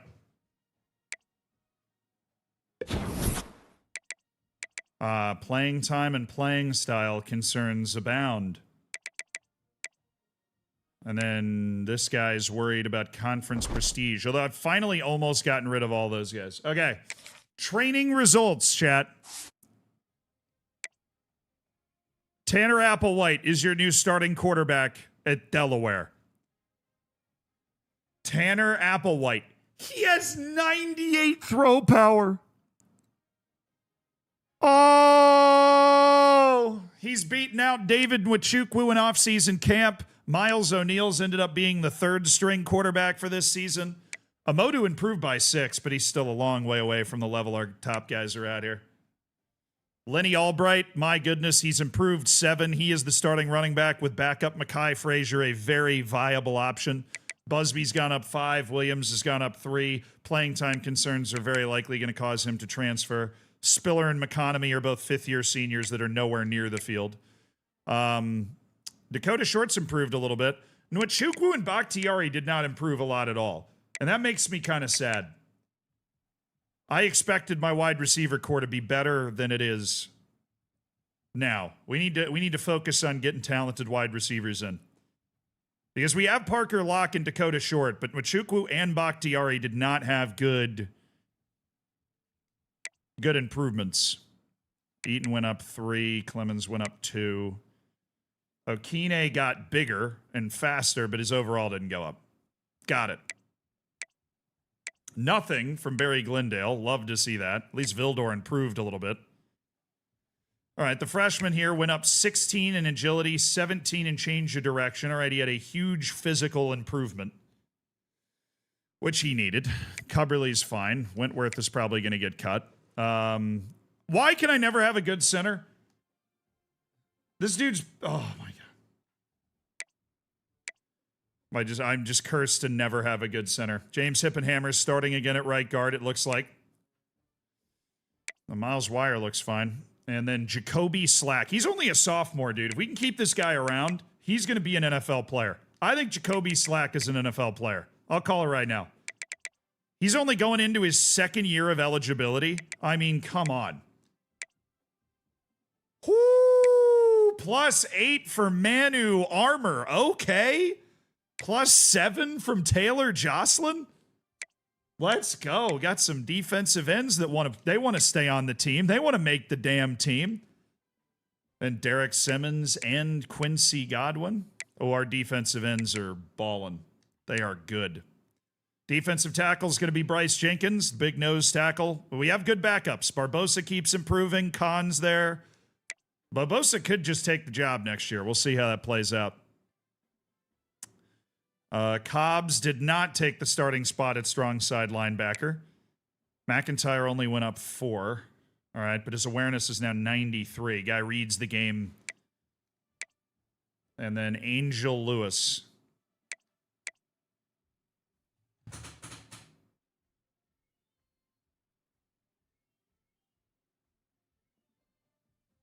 Whoa, whoa, whoa! +13 from Dwayne Lovelace. Somebody wants to be a star. Somebody wants to be a star player. Dwayne Lovelace. Drug test that man.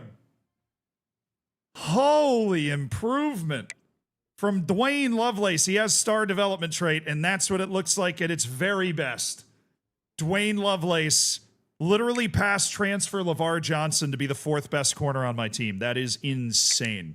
Khalil Ali, a guy who's been with my team for years, continues to compete. Unbelievable 7 overall improvement from Khalil Ali that we can't overlook here going into his final season. He's going to continue to get regular playing time. Vernon Woodward III is the number 2 corner again to our first ever 90 overall player, Ben Hanks Jr., the Florida State transfer. I think it was Florida State, right? Or maybe it was Iowa State, I think. The Power Conference transfer, Ben Hanks Jr. He's only a junior, redshirt junior coming into this. Dwayne Lovelace. Also big improvements from Celesi Tautu. You know, Celesi Tautu dropping in a +8. Schillens dropping a +6. The only guy that's really disappointing is LeVar Johnson. Didn't give me anything. We got absolutely nothing out of LeVar Johnson going into his 4th year. Domney gave us a +2. Weathersby, very disappointing +1. Micah Strickland's an 89. Our secondary is nasty. This is a no-fly zone against the Delaware Blue Hens. So the type of pass rush we've got and the coverage we've got, man, our strong safeties suck. AJ Graham didn't give me anything, and Funchess didn't improve either. He could have taken the job. He freaking improved it all. Our kicker didn't improve either. So I'm stuck with Skylar Shoulder. Bad Skylar Shoulder again. All right, our team's sick. Our team is disgusting for the CUSA. I want an unbeaten season, chat. I want an unbeaten season, and I think we can beat some power conference teams on the road early in the year. I think we're going to play some big games today.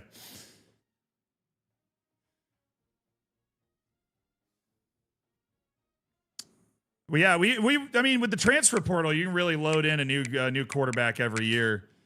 We got all our recruiting stuff done.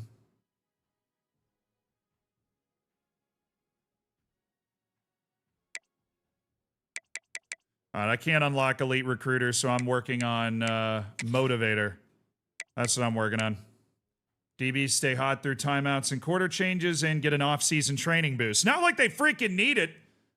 Plus 13 from Dwayne Lovelace.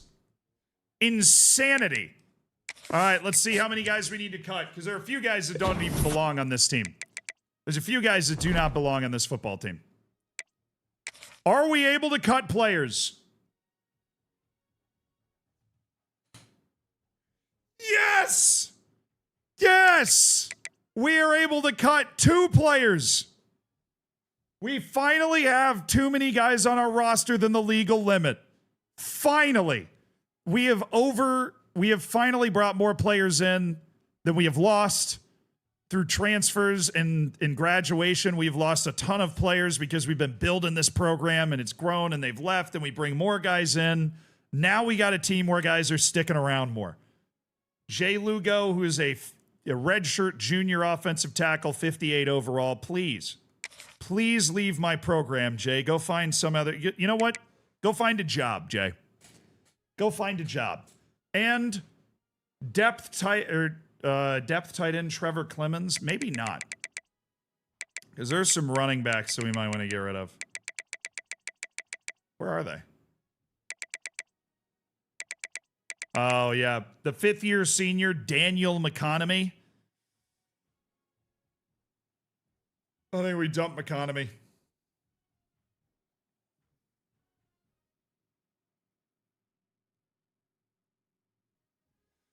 I mean, there's more of a chance of that other tight end playing because you bring in a lot of tight ends. We play like a 4 tight end set at one point, so I think we need the tight ends, but I don't think we need Daniel McConomy. Great name. Thank you for your service. You almost made it, Daniel, but you're just redundant in a position where we've got a lot of talented guys playing, and you're a little worse than Spiller. Sorry, brother. That's it, though. It's 2 cuts. It's 2 cuts. Now, I kind of want to look this up. Hold on. Do you get offered new conferences?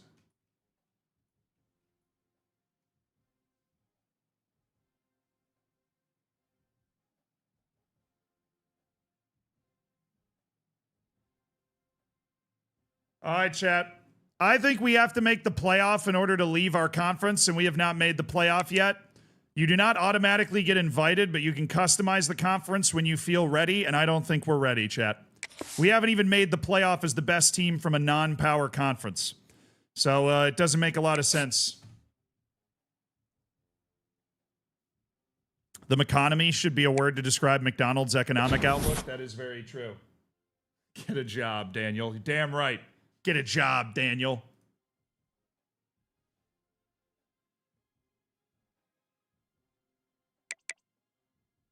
That's conference prestige. That's playing time. Pro potential. Clemens a little worried about the pro potential. He's a 63 overall. 4 players are worried about the playing style. Strickland and Hanks. I'd be really sad if either of those guys left after this year. So we'll keep an eye on that. But playing style, like I said, is fickle. Depends on how it goes. Okay. Set up the recruiting board. Prospect list. I'm now a 2.5 prestige team. Oh my goodness, the 55th player in the country has me first on his board. Chat! Chat! Chat!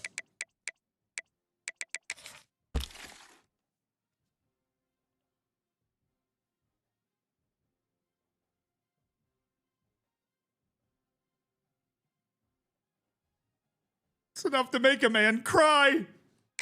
Marquise Agude from Pleasant Grove, Utah wants to play for the Delaware Blue Hens. Willie. What's up, Willie? Willie Keenan, coverage specialist from Matukin, New Jersey. Steven Stack, an athlete who's playing running back in high school but can likely play a lot of different positions. From Needham, Massachusetts. I do need him. Matthias Mixon. A big hitting athlete from Park City, Utah. A couple of Utah guys for some reason. Roderick Body. God, what I wouldn't give to scream bodied by body is a big hit call. Nazir Stoke. Oh, that's such a good name for a corner. Dude, the names on these corners. Monty Willie and Nazir Stoke. And Emmanuel Palacio. That one doesn't quite hit as hard. It's still good. Ben Storm. Thumper inside linebacker. Zach Baronis. 300-pound defensive tackle. Brady Nielsen. 320-pound defensive tackle from Mason, Ohio.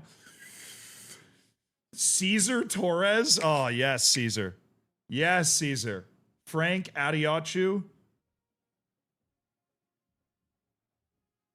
Oh, my goodness. Look at all the middle linebackers that we're looking to add to this team. Well, we can move them to other linebacker spots, you know. Quan Howden. Oh, come on. From Kannapolis, North Carolina, Quan Howden. Jelani Arnett. And Juwan Sneed. Dude, this is just amazing. Yes.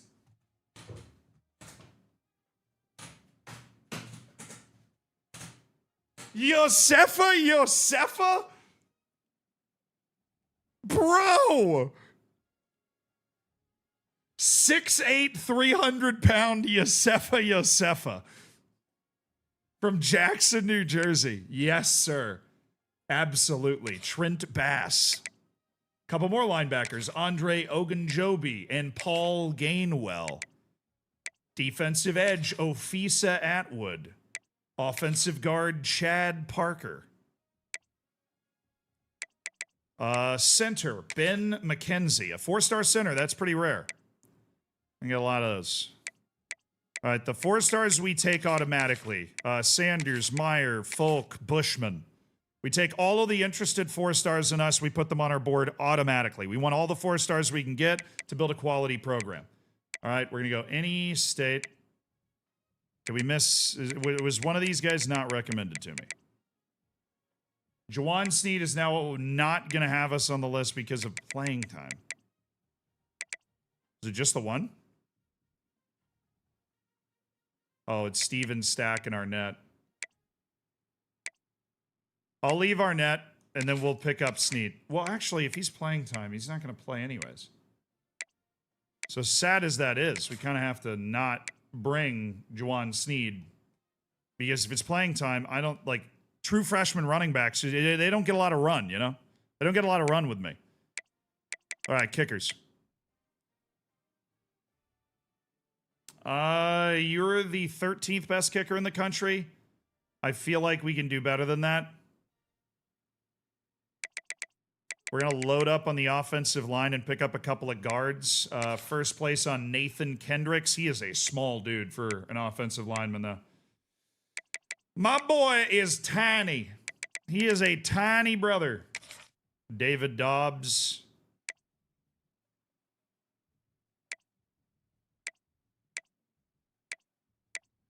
Brian Dorsey. Do I not have a quarterback in the whole list? All right, we're going to go crazy. We're going to look at a 5-star or two. You ready? Are there any 5 stars that are, like, in my area? Well, I mean, the number 1 player in the country is a quarterback named J.J. Mon. He's from Charlotte, North Carolina. We're looking for somebody from somewhere Chandler, Arizona can play. That's a place that there's not going to be a lot of teams with, like, a hard-hitting pipeline. Ben Mettenberger, he's a speed demon, but he's from Texas. Everybody's going to be on him. Hawaii, that's what we're looking for. Nobody's got the Hawaii. I mean, there are a few teams, but that Hawaii pipeline is open. There's a couple of guys. Ofisa Palele. How many Ofisas are there? And then this guy, Bernard McNitt. Okay. So we want to take, not North Carolina, the quarterback, Emeka Chigoziem. It's a good deal breaker, too. Dude's from Pennsylvania. I think somebody's going to be picking up on him. Mettenberger's from Texas. Who is it? The running back, Markel Boyce, is from Hawaii. And then the edge, Ofisa Palele, is from Hawaii. Got that Polynesian blood going.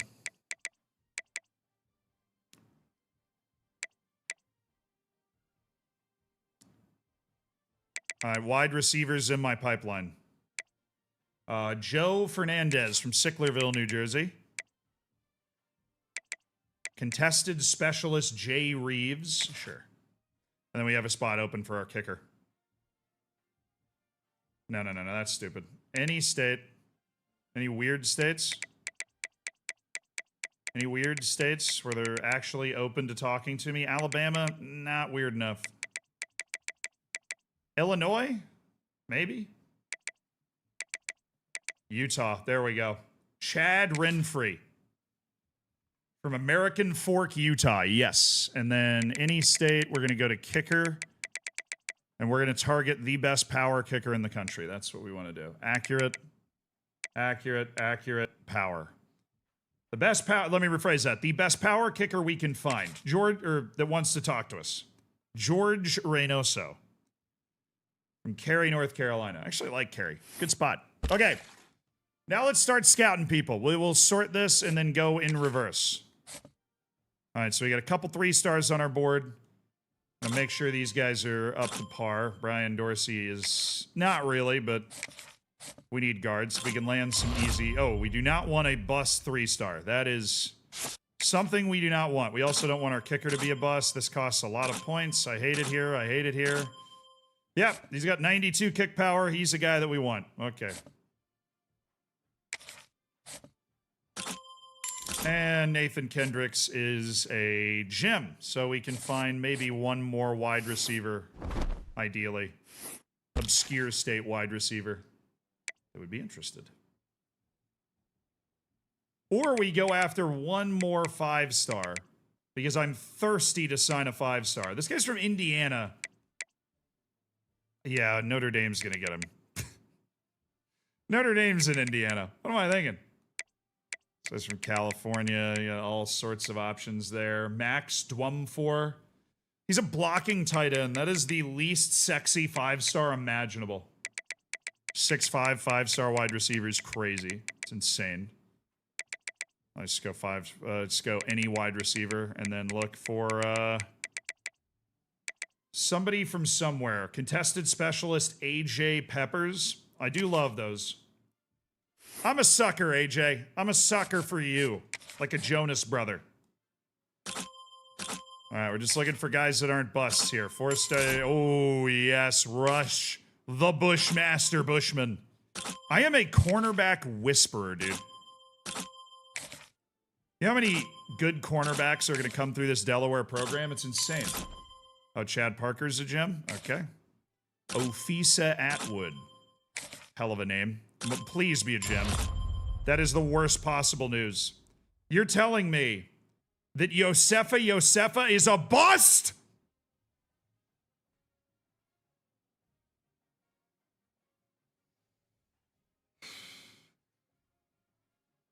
Really? He was the one. He was the chosen one. It just means he's a lot less likely to have any sort of good development trait. No, chat. Look, I love him. I love him. I love him. But we can't. We can't. It would ruin everything we've worked for, chat. It would ruin everything we've worked for. Oh, another one. But he has 77 speed. He has burst. A lot of acceleration to get to the hole. He just can't run people down.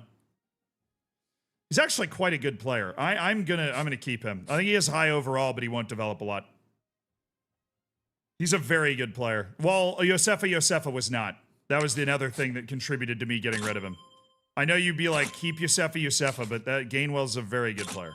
And the good thing about him being a bust is it's more likely nobody else is going to go after him. That's how it goes. All right, Quan Howden. Bro! Richie, homie, what are you doing? Yeah, I mean, he doesn't have a single thing over 80. His blocking is, a little below average. He's light, so he's not going to be able to add a ton to that strength. He runs good short routes and catches the ball in traffic pretty well, but... I mean, do we have any other tight ends on our freaking board, dude? Yeah, we have Bass. Okay, good. Yeah, I'll drop Howden then. He's the second one to get the axe. As God is my witness, ever had it so good.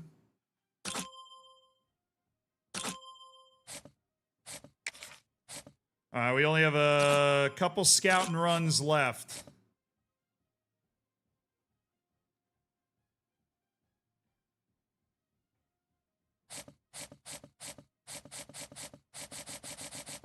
We don't scout 5 stars. You want any 5-star you can get. They're already so damn good. I want to look at Zach Baronis.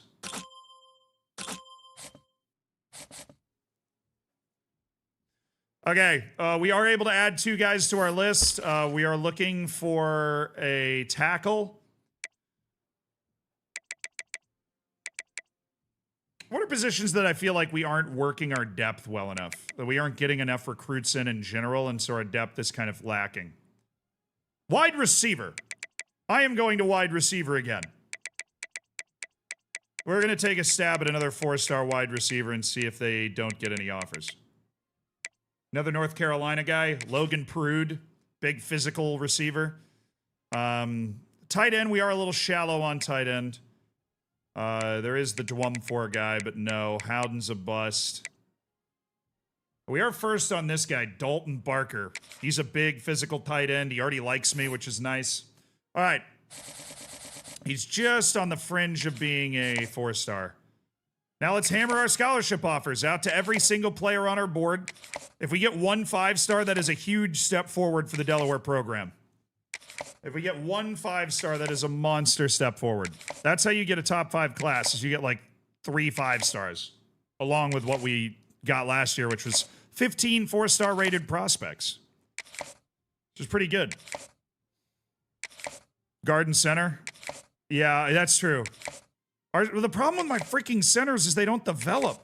I get them into my team and then they're just ass. We've got a 4-star center in the team right now.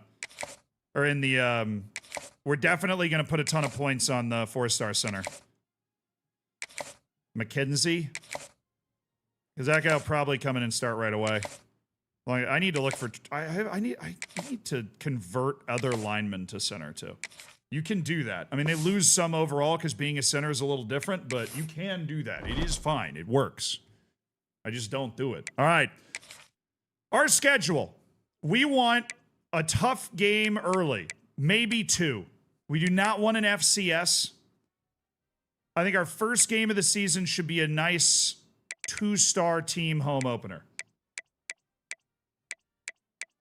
Like no whips and chains that you can tie me down. You guys want to play a military academy? Let's play Navy. Let's play the Naval Academy in Delaware. That's a game that makes sense. Annapolis, Maryland's really close. We'll play at home against Navy to kick off the season. Road trip to Maryland. We want to make sure, like, I want to pick the ranked team that I'm playing. Duke.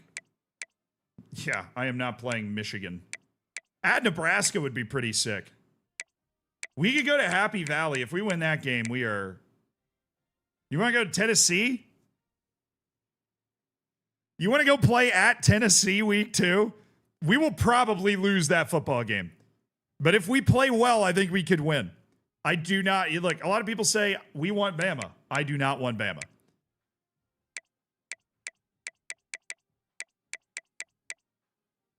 You want to play Happy Valley? Go play at Penn State. Are there any ranked 3-star teams? Oh, we could go to BYU, dude. Oh, we should go to BYU. They're the same overall as Tennessee, though. Why would I do that when I can just go play at... I mean, the problem is playing at BYU would be hard. Playing at Tennessee, that crowd is insane. That crowd is nuts. I think I'd rather play... Ole Miss, it's all defense. Ole Miss's defense is an 89. Oregon's a 3-star team? Are you serious? What the hell happened to the Oregon Ducks? I mean, they're still good. They're 3.5. 3.5 counts as 3-star. So they've just fallen off the 4 line. Duke at 4 is fun. Duke just doesn't have that program tradition, though. You know, I want like a huge scalp because we want to raise our brand exposure as well. We want to make Delaware football cool, and what's cooler than seeing them on national TV playing at Tennessee? You know what I mean? I want it. I want the smoke. We are going to Neyland. Ready for y'all. Come on, River. All right, then I want to play at home against somebody. I don't know who. Like a power conference team would probably be nice. The Utes? No. Tulane? The Green Wave, bro? No, we'll do like a bit worse power conference team. No change, y'all. That ain't no thing, y'all. Oh, let's play UConn, dude. Bro, UConn is ranked? Yeah, UConn sucks. They're ranked? Come play me, dude. Come play me. And then we're going to go on the road against a ranked team as well. I mean, ranked at the beginning of the season anyways. UConn is ranked. Give me a break. Oh, yeah. Oh, y'all. We'll go to Maryland. Week 4 at Maryland should be easier. Maryland's not a very good team. I'm sure they will have lost some games by then. That is a game we should be winning. UConn is not a power conference team, but they're ranked. Navy will be a solid opening game. That's a good competitive football team with their triple option offense.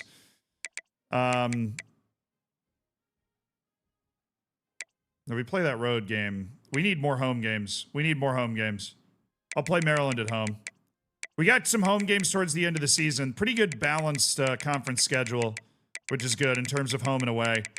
We can work with that. This is a fun... We want to make the playoff this year. We want to raise our brand exposure. We want to play on big stages. At Tennessee is our big shot game. And then at home against UConn and Maryland, those are short trip games. Obviously, we're in Delaware, so that's just hopping on I-95 for both those teams. Come on. We ready for y'all. Wouldn't you rather... Yeah, okay, I'm going to get rid of Maryland.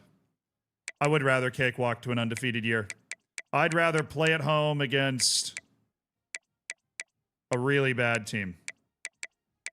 We're going to get rid of Maryland. The UMass Minutemen. UConn and UMass back-to-back. That's fine. Playing some Northeast schools. Proving we're the best Northeast school.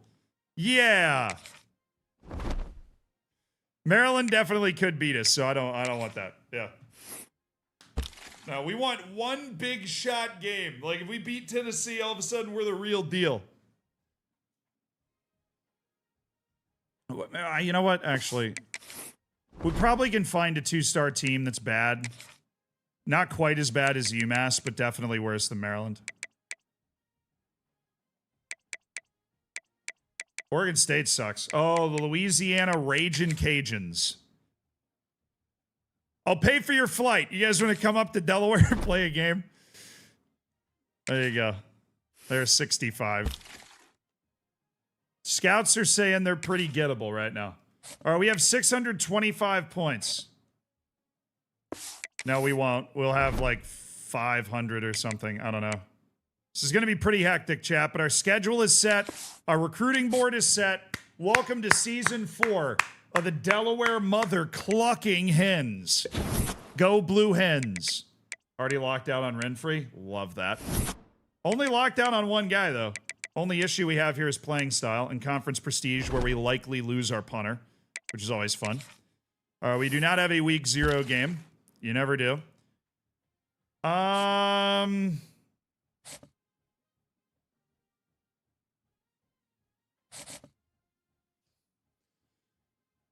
We are not going to get a Mecha Chagosium because the people that do have their pipeline are going after him. Markel Boyce.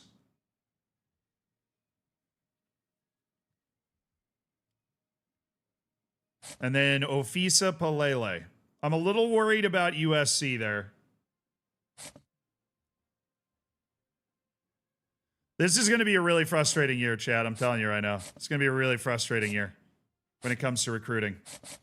Because we are not used to having to battle at the 4-star level for guys. Jelani Arnett, fortunately, looks like we're not going to have to fight for him.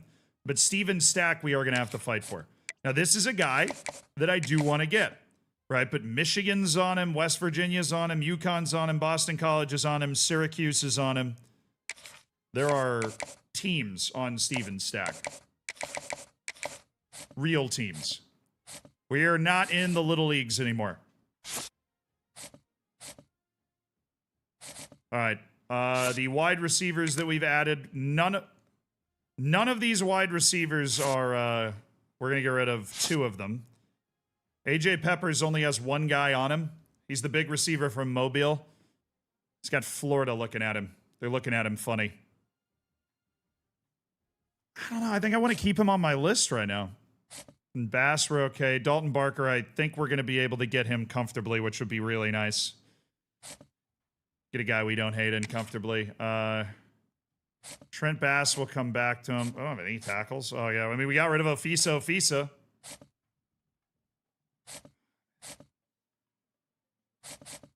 We've got to be very, very careful this year, chat. We've got to be very careful not to spread ourselves too thin, recruiting-wise, is that's where you get in all sorts of trouble. Is when you spread yourself too thin chasing guys like Afisa Atwood.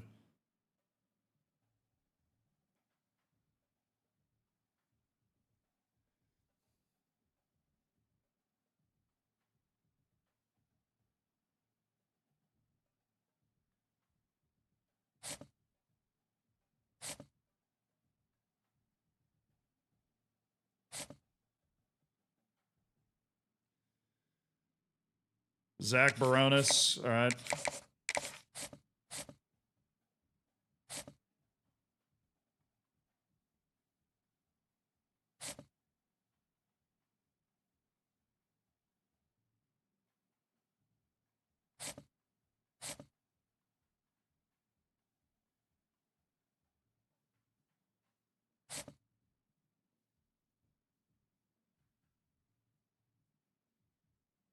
We've got to be smart. We got to start making some decisions about who's going to be here, who's not going to be here. Roderick Body, obviously a great guy to keep. Nobody else is competing for Roderick Body. Ben Storm, good guy to keep. Looks like we might be able to get him easy. Only 1 other guy's there.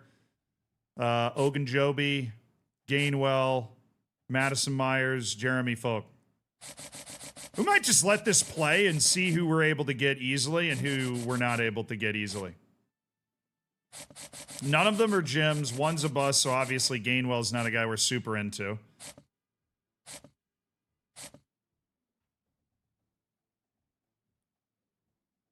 Russ Bushman's got a crowd. But he's also a 4-star gym, which is... We really want to pick up a 4-star gym if we can. So hopefully we catch UNC and East Carolina napping, and this guy from Cornelius, North Carolina is somebody we can grab, but 5 people throwing scholarships week 1 is going to be tough.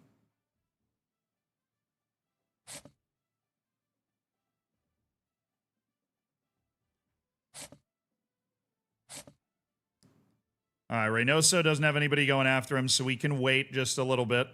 Kickers are usually very easy to get because most of the time teams don't need a kicker. So you're the guy that needs a kicker, and that's the specific kicker that you want to go after. For me, Reynoso. I'm going to drop Sanders. Don't worry, we're going to fill these spots in our board with 3 stars that don't have any offers that like us. And we're going to find some 4 stars that don't have any offers as well so we can start kind of slow playing them. I think we have such a rare opportunity. I think I want to let all these guys go and just see who we're able to get easily. And whoever somebody's like really sending it on,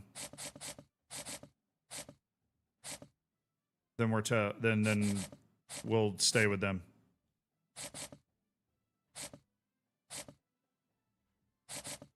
I like these corners. They're definitely gettable.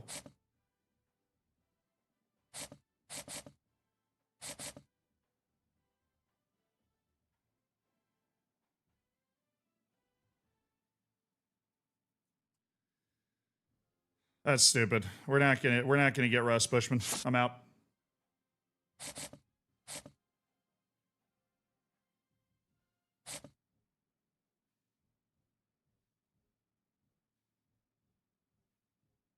Damn it. We are not gonna get him. Okay. Time to make my 5-star decisions. Are we going to go after Markel Boyce? No. All right, let's take a look at the prospect list now. Any state. Just checking the 5 stars. Oh my goodness, Marvin Reddick.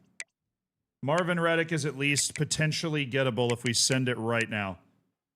Nobody in his top 5 has given him a scholarship offer or has jumped into his top 5 through that.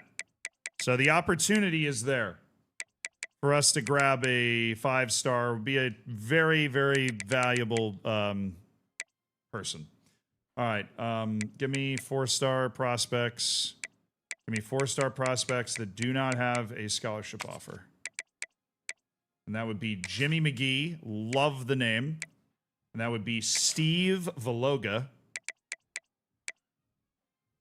Okay, those 2 guys we need to get. I am so shallow at wide receiver right now. I need to keep bringing in 4-star wideouts. I'm going to look at 3 stars. Ideally, we find one that is interested in us. Pretty early on this list. Oh, he's a junior college guy. I'm good. You're interested. You have no scholarship offers. Jalen Maffey. I would like for you to join my football team, Jalen Maffey. All right, what other positions? Offensive tackle. Any 4-star offensive tackles that do not have scholarship offers? Alex Strong. Good deal. Any offensive guards that do not have scholarship offers? Centers. Everybody wants centers. Edge Kofi Ogbonna.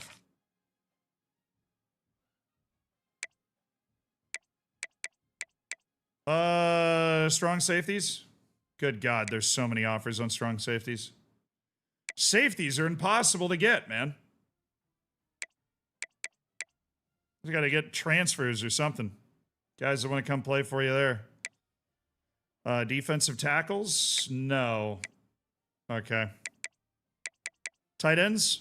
We're usually able to find good tight ends. Oh, yeah, that's Quan. Even Quan's got offers. Quarterbacks? Yes. Manny Harvin, 4-star quarterback, does not have any interest. More corners?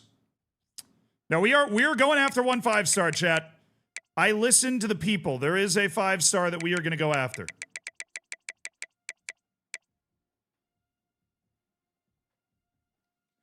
All right, 3-star prospects. What is a position that we can put up with 3-star prospects? That would be athletes.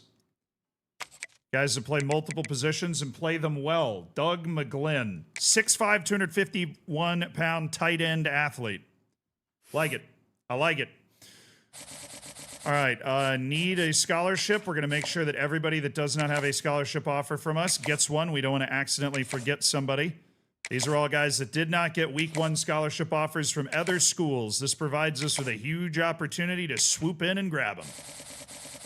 Okay, now we look at each position and we determine what we want to go after. There is a 5-star out there somewhere, and we know nobody on his board offered him. Nobody on Marvin Reddick's board has offered him. This is a uniquely rare opportunity to chase a 5-star football player. He is the 6th best player in the entire country at any position. 6'3", 249-pound power defensive edge. This is our chance. This is literally our chance. Clarky Boy, thank you for the 7 months. Skyloop, thank you for the 5 months for the Prime. Welsh Nerd, thank you for the Prime. K Marty, thank you for the Prime and the 9 months. Thank you guys for supporting the stream. Hell yeah, brother. All right, outside of that, chat, what positions do we need to value with our recruitment? We're going after Steven Stack. He's a very talented running back, athlete. Jelani Arnett, we've got basically for free. AJ Peppers, we're going to see how hard Florida's going after him. And then we have Jimmy McGee and Steve Valawaga. Do you want to try and just put points on AJ Peppers? Are we assuming Florida's not going to try that hard because I don't think anybody else is going? Or because he's a better receiver than Valawaga and McGee. He's basically a top 100 player. Big guy, too.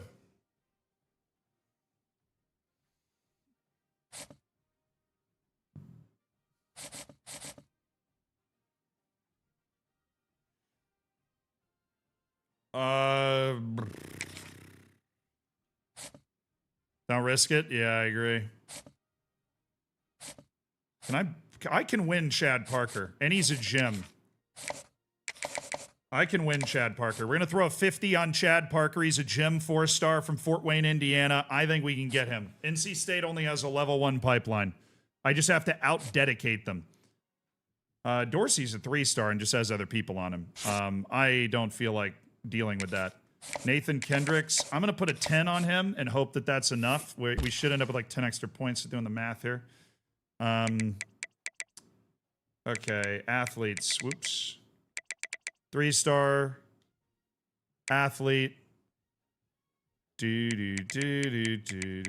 on, there's got to be another one interested in me. There we go. What position? Oh, running back athletes. Boo. Running back athlete. Ooh, offensive lineman athlete. Yeah. That works. Are you a tackle? You're a center? All right, man. McKenzie, we're obviously full sending on him because we value him a lot. We're going to see if we can get Kendricks, too, because he's obviously a gem. The edge players, we're going after Marvin Reddick. We are going to have to put some points on Afisa Atwood. I'm going to try to get him with 25. I don't know if I want to throw a full 50 on him. When we have Kofi Agbana here, who nobody's interested in, that we could probably get. Nielsen's there. I think we put a 25 on both of our defensive tackles and see which one we're actually gaining on next week. And maybe the answer is neither, but I'm going to throw a 25 on Marquise Agude. We're letting the middle linebackers just play. We're just seeing what happens there. And we've got very good corners. We are going to start with 50 on Monty Willie, because I think we can muscle out the other teams on Monty Willie pretty quickly. Well, hopefully we can. None of those teams are that good, and their pipelines aren't that great, so ideally we can just stone him. Keenan, I do want to do a 25 on both the safeties. Cesar Torres and Keenan. Apparently you just have to fight with rocks and sticks and stones to get those guys. We're not worrying about the kicker right now. Can always get an emergency kicker somewhere in the recruiting process, too. All right, little wait and see on the receivers. Trent Bass is going to get a 25 from me, and this offensive tackle, Alex Strong, as we keep trying to build a good offensive line inside out, he's going to get a 10 from me.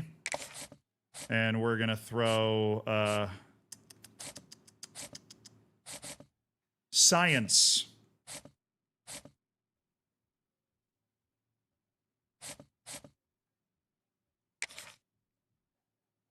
None of these guys are gems, right? No. Okay. Matthias Mixon, we're going to throw a 10 on. I'm so scared, dude. I am so scared.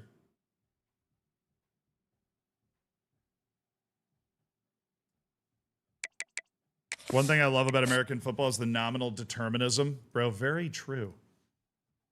Very true.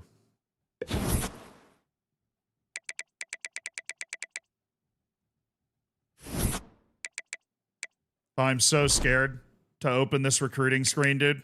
We have a game this week. We're hosting the Naval Academy. Okay. All right. We do it position at a time. So Manny Harvin from Tulsa, Oklahoma. Nobody's going after him right now. Steven Stack. There are still 5 schools putting time into Steven Stack. We just have to trust ourselves to be able to win that competition, honestly, is what we got to do. Peppers is open, bro. Peppers is open for business. But we got to see where the points, where we're spending points and how we want to spend those points. We're not on Strong's board yet. Damn you, Maryland. Your freaking level 5 pipeline. All right, we've jumped NC State for Chad Parker. We are going to go real hard at Chad Parker.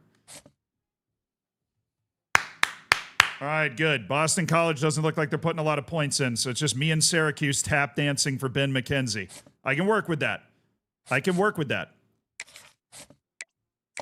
up the phone. All alone.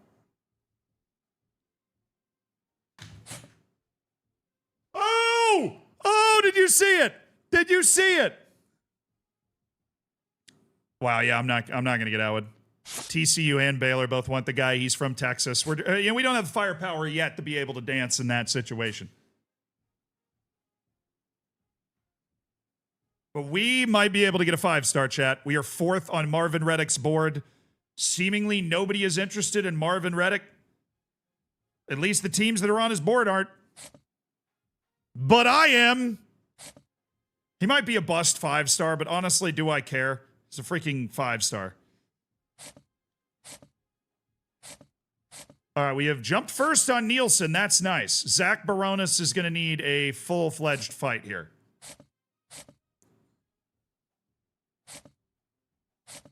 Well, that's what we were doing. We were looking for the guy that we were going to have to fight for, and Zach Baronis is the guy we would have to fight for. Nielsen's the guy we don't have to fight for. We're able to extend our lead, lock out top 8 by just putting 25. Marcus Agude. We've got 5-star pipeline Oregon deciding they want to go after him. All right, how about the middle linebackers? Everybody. Well, he's not really. Okay, Mike Ogunjobi is a definite no. They got multiple schools that are just sending it full bore. This one's just UCLA, who I can totally jump if I want to. This one's Minnesota because he's from Minneapolis. Okay, Frank Atauchu should be a very easy get, which is weird because he's from Miami and that's like a huge pipeline.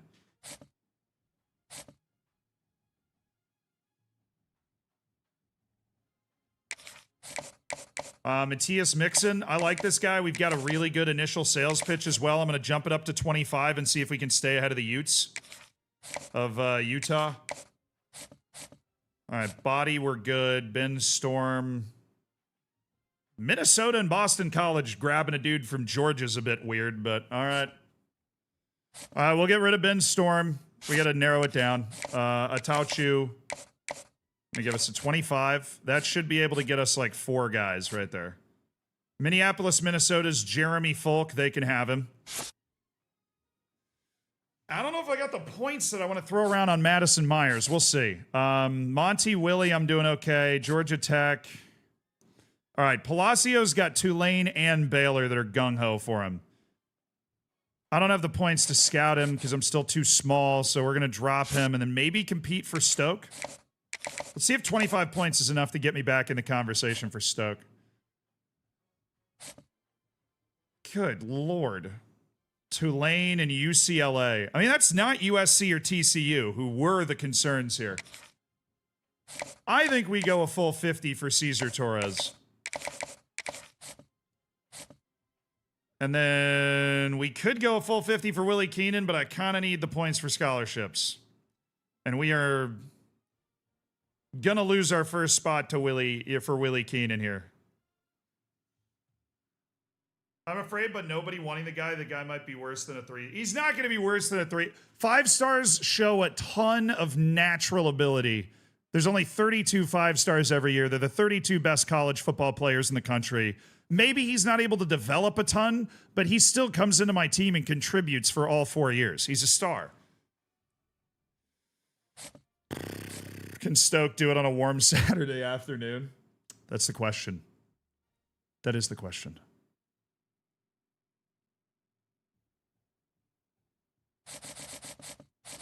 And we'll just check Reynoso, make sure nobody's going after him too hard.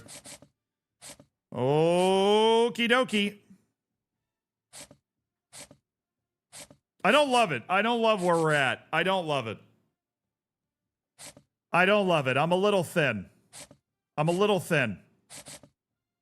Don't have a lot of points to go in on, you know, these other 4 stars that we're looking at. We're in fights and battles for guys. I don't love it. But we don't need a full 35. Likely we don't need a full 35 this time around. 3 schools, really? I don't know, the 5-star Oregon scares me right off a good day. Okay, prospect list. We want to round this out with guys we're going to be able to get comfortably. So we're going to go 4 stars. We're going to look for any 4 stars at any position that do not have scholarship offers, which would be Connor Babers, a will linebacker, Robert Azukanma, a couple running backs, Vincent Sharp. Are you playing time guy? Playing style, that's fun. Are you playing time guy? Coach Prestige? Pro potential. Got it. A lot of running backs. Another will linebacker. Dennis Cashman. The cash money man.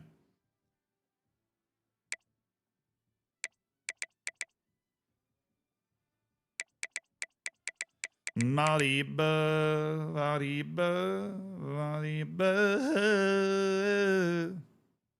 I don't expect we'll get all these running backs. We'll try. All right, positions that we definitely need somebody to stick.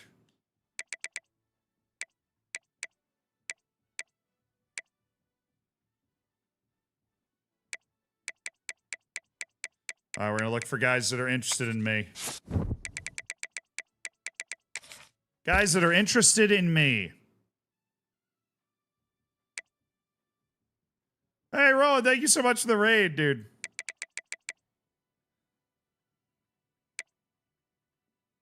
Yeah, Kendricks, everybody's competing for Kendricks, unfortunately. But there are these guys, Larry Feeney and something Irwin, that are gettable, I guess. You go for Paul Goodwin. Nah. Just get Larry Feeney on the board, man.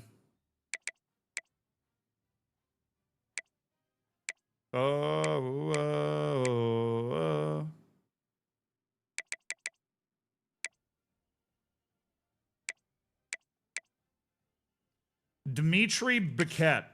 He's from Lutz!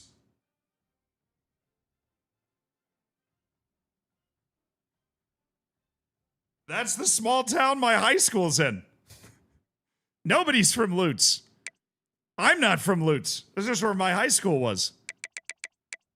He's from Lutz, Florida. All right, buddy. D'Angelo Delmas. Now, I think we need to book a strong safety here. Free safeties? Okay, there's one. Russ Pape.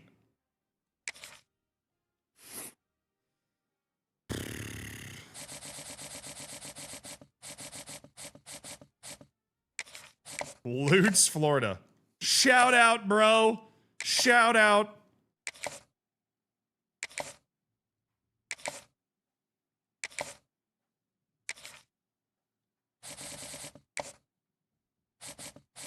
Yeah, even if you don't understand anything about American football, you get used to the game pretty quickly. It is overwhelming. Obviously, the number of positions and everything is overwhelming, but... All right, does 10 points save me on Willie Keenan? We'll find out. All right, I'm done with recruiting, man. We've been recruiting so much. Let's set our depth chart and go play some football, baby. Our starting quarterback for the season. Oh, I need team introduction music.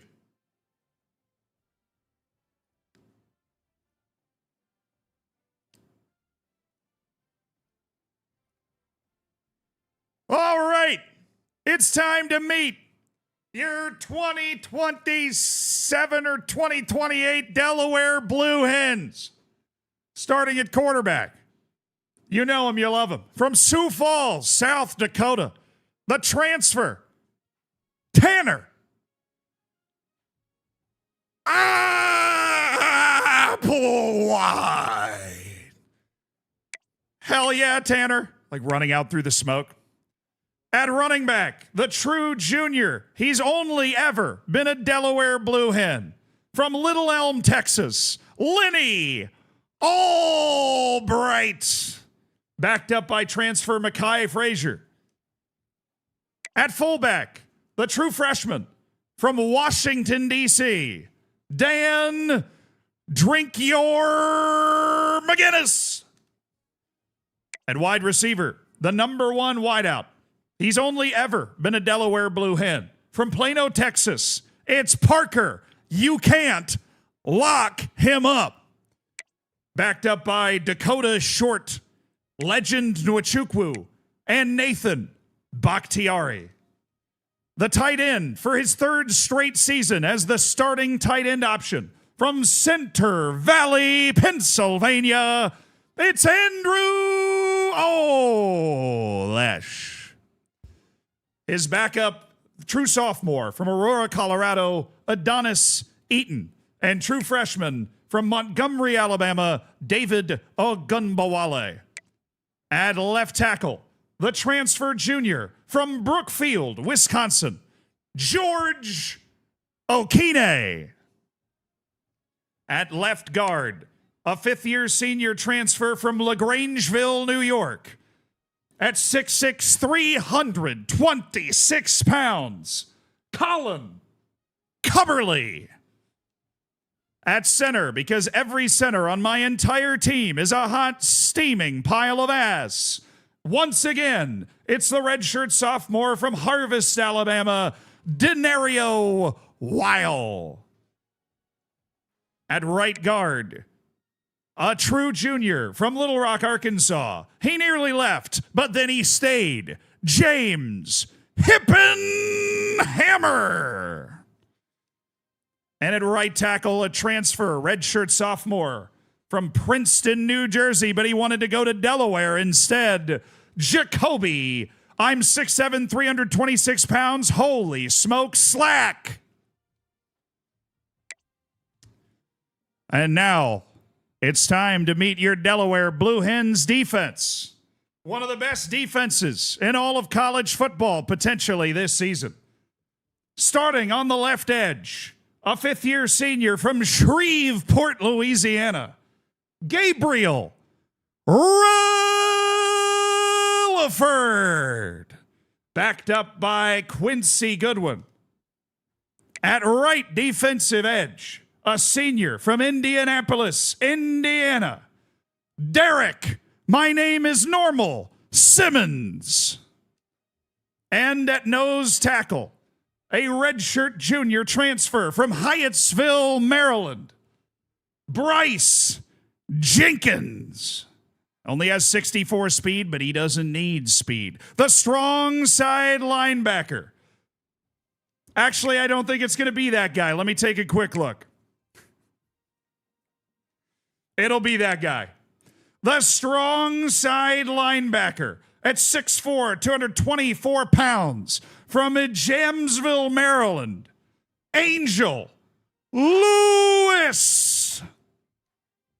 The middle linebacker, a true junior who's been a 3-year starter for these Delaware Blue Hens from Cedar Rapids, Iowa, Alex McIntyre. And the weak side linebacker, a true freshman, part of a wonderful recruiting class from Oxford, Alabama, Carl Dobbins. Now for your secondary, defending the pass, the transfer, the highly touted transfer from Overton, Florida. It's Ben Hanks Jr., backed up by Vernon Woodward III, Khalil Ali, and redshirt freshman Dwayne Lovelace. At free safety, the redshirt junior from Brownsboro, Texas, Micah Strickland. And the strong safety from Mooresville, North Carolina, A.J. Graham. Your starting kicker, fifth-year senior from Voorhees, New Jersey, Skylar Shoulder. And your starting punter, true freshman from Milan, Michigan, Cornell Goda. All right, now we got to set up our kick returners. I got some speedy dudes, so it should not be a 91 speed guy doing this. Or no, even worse. Should not be this guy. Especially on kick returner, it should be my 94 speed freaks. I have 96 speed guys somewhere. Tap it if you drink it away.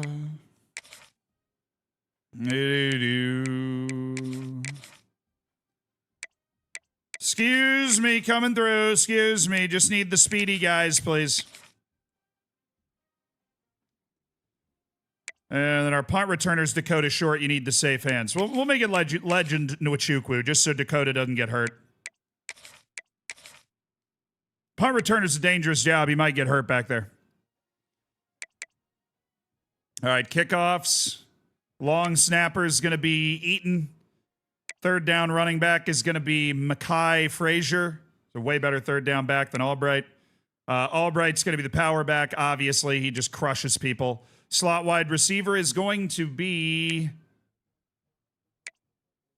Isn't it Short? It should be Short. Short is not a good receiver on the outside. He is, however, a very good receiver on the inside as a slot receiver because of the way he's able to run routes so well and catch the football. So, yes. Rush linemen. These are not like official positions. These are just when you set up a particular scheme, this is where these players are going to be. Angel Lewis is a rush lineman, and Gabe Relaford's the other rush lineman. Okay, that makes sense. Our rush defensive tackle is Derek Simmons. Actually, it should be him. A Joker and the thief in the night. Should not be Relaford here. I'm going to take Relaford out and bring Eberle up. Because apparently Eberle is a very good pass rusher. So we'll give him the opportunity to rush the passer. And then McIntyre is going to be the sub linebacker. Yes. The other sub linebacker is free safety Micah Strickland, but we want him to be the free safety in that situation. Khalil Ali, Hanks, and Strickland. Yeah, Khalil Ali is our slot corner. All right. He does it very well. Bryce Jenkins is the nose tackle. That's exactly what we thought. And our gadget player is Mekhi Frazier. Should be Albright over Parker Locke. Actually, no, it should be Parker Locke. I just hate putting my number one wide receiver as the gadget player, but I guess if that's what he does, that's what he does. All right, chat. The team is set. We're playing the Naval Academy at home as our opening game of the season. We have a very, very good football team, chat. Very good. I gotta pee, and then we play.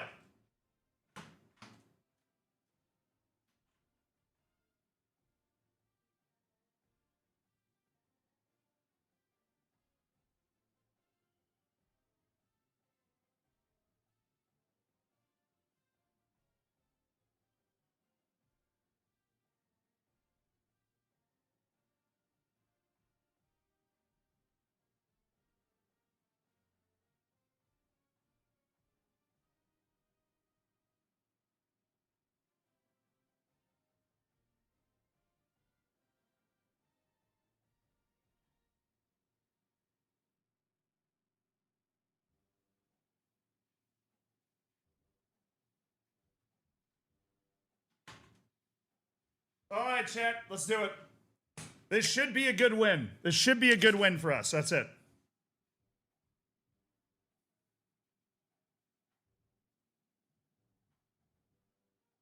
This should be a walk. Beautiful. Now I can't hear it. Don't worry, I can't hear it either.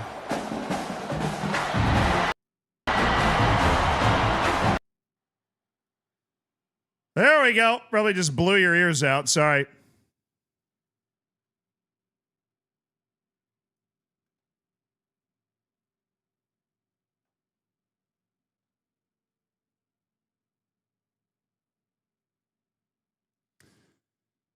Nice. Okay.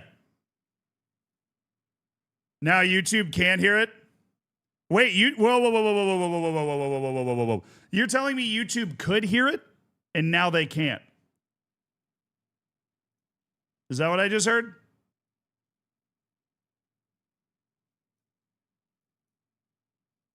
Interesting. All right, let me know if you can hear it now, YouTube.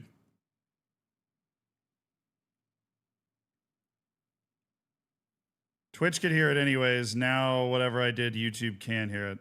Or can't, what? Interesting.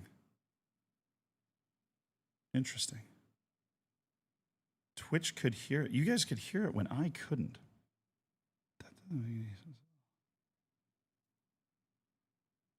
No audio still?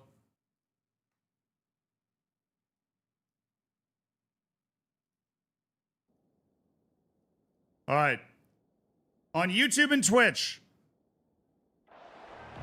Can you hear it on YouTube and can you hear it on Twitch right now? Can you hear it right now? Both of you.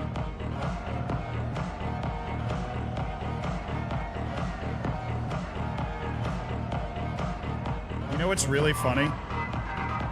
You all can hear it. I'm the only person that can't. I can't hear it. We have found the glitch. The glitch in OBS after the update is apparently the monitoring thing. If I turn the monitoring off, then YouTube can hear it. All right, let me know now if anything changes. I'm about to click on something, it's different. Does anything change now? On YouTube and Twitch, can you hear it now?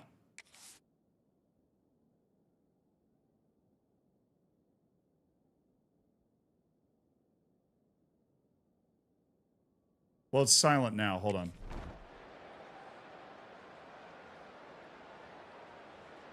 Twitch can't hear. Okay, you're telling me Twitch cannot hear now. Got it. So the routing is working.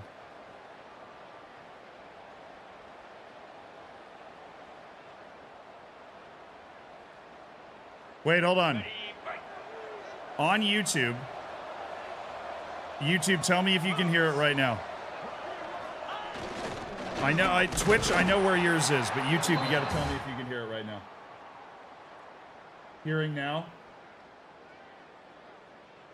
We can. Bro, that doesn't make any sense.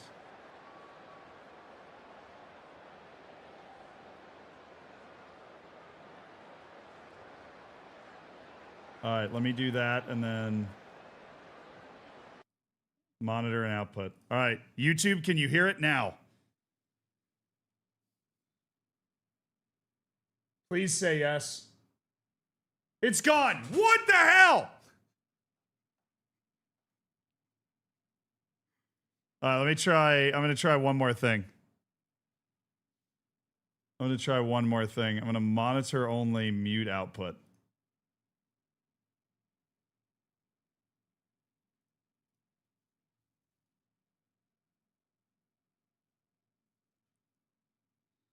Can you guys hear it now? Hut. First play of the season's a handoff to Lenny Albright up the middle, and it's a nice gainer for a first down. Wow. Something about the monitoring, which allows me to hear it, mutes it for YouTube. Which makes absolutely no sense at all.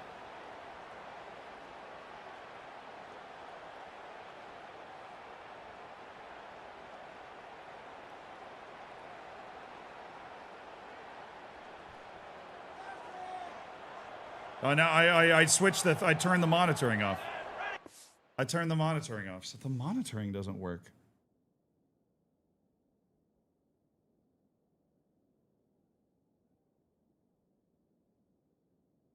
Why would the monitoring be the problem? It's just monitoring. Let's lock in first game. Yeah, we're playing a bad team. That's why I'm kind of not super locked in.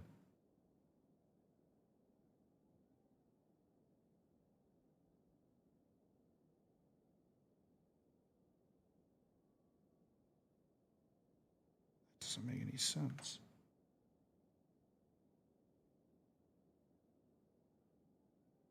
The monitoring doesn't cause a problem on Twitch.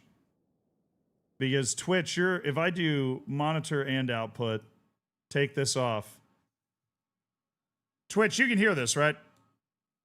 Sorry, I'm testing like a bunch of different combinations, so I got run there. Yeah. So the monitoring doesn't affect anything on Twitch. It works exactly the way that it says it should be working for Twitch, but it doesn't for YouTube. Bruh, I'm assuming they'll fix it with a patch, hopefully soon. So that Applewhite, no, he's going to scramble with it, and he's got 6 yards back. Tanner Applewhite. Redshirt junior transfer, pretty highly touted transfer as well, coming into Delaware, who have had a different starting quarterback every year under coach LaQuavius Burnside. Takes a snap, looking, throw is caught. What a great route by Dakota Short. Outstanding route by Dakota Short, and he's got himself a first down. Sent the corner to the shops. It felt almost unpatriotic. Have I tried turning it off and turning it on again? Yeah, I can't do that without stopping the stream. Oop. But we had the issue with alerts, too, so clearly there's something going on with the way that that works.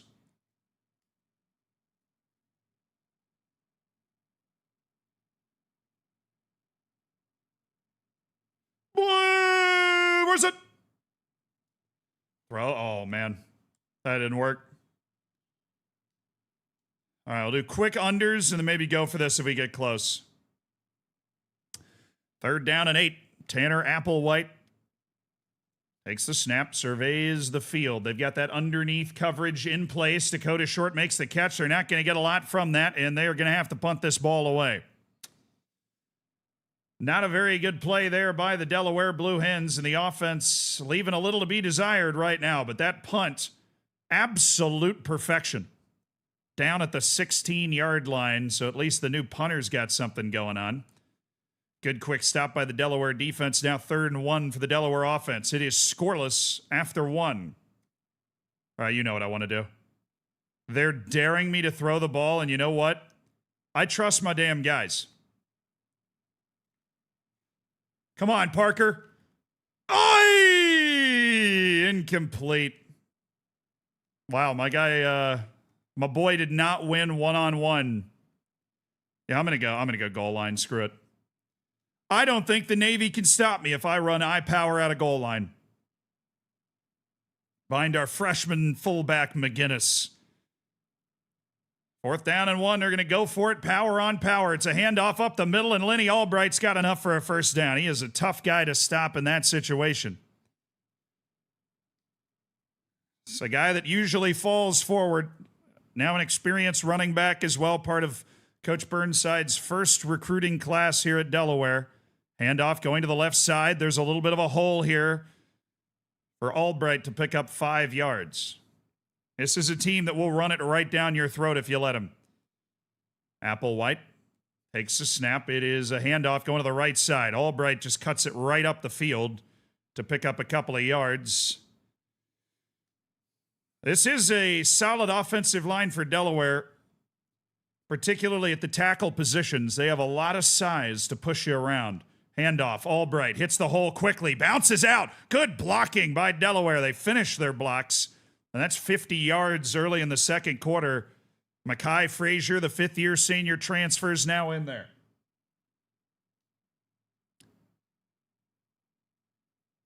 Applewhite takes the snap. He hands it off, going to the right side. It's Mekhi Frazier. He probably could have waited for that block and walked in. Instead, it's 2nd down and inches. And Lenny Albright's back in the game. Locke is out to the left. A very familiar formation for the Blue Hens here. Locke, likely one-on-one coverage on the outside. They throw it to him. Touchdown, Delaware. Parker Locke wins his battle and scores for the Blue Hens the first score of the season. Early on in the second quarter, off an 11-2 CUSA championship season, the Delaware Blue Hens have gone in front against the Naval Academy. Big third down, get the stop. Ooh, shoot, Navy's driving. Okay. It's a handoff for Navy on 3rd and 8. They do love running the football. He is not able to pick it up, but they made the field goal, and Navy is hanging around, as they do. They run a very run-heavy offense, as do all the service academies. Pure power and running the football. 3rd down and 6. Takes a snap, looking. The throw is on the money and caught by Dakota Short. Oh, what a throw and catch, and a quick touchdown for Delaware to get back. They're going for it on 4th down. Oh, let's do this. No, they're not. They're kicking a field goal. Unless they aren't. Yeah, it's good. All right, 14-6. Navy's hanging around. Come on, offense. Do a big one. Just hit a big play, will you? It's freaking Navy. It is very nice having an actually good QB for the first time. Although, David Nchukwu was not terrible last year. He wasn't great, but Albright is stopped. They get the stop, and now it is 4th and 3 at the 27. That is field goal range for Shoulder, who lost his job last year, but then Tavares Battles transferred away. And Shoulder has become the kicker again, and he has converted his first field goal of the season from 44 yards. So he stuck it out. Now in his final year with Delaware, he is a starting kicker once more, and he's making it work. 8:31 to go in the 4th quarter, 17-6 Delaware in the lead. Navy's been able to keep Delaware hemmed in for most of this game. 3rd down and 10. Takes a snap, surveys the field. He's got like 3 hours to throw this ball. And eventually it's a coverage sack for Riley Petit-Jean. There's nobody open. I went through every read. Should have just run earlier. 4th down and 4. Triple option set up for Navy. They're going to throw it. Looking downfield. And he is sacked. They're not a team built to throw the football, and they can't throw it when they need to right now. And that gives Delaware the ball in the red zone. 6:42 to play. And a chance to play the rest of this out comfortably. Applewhite to handoff, running to the left side. There's a little room here for Albright. He cuts it back inside and ends up with 6.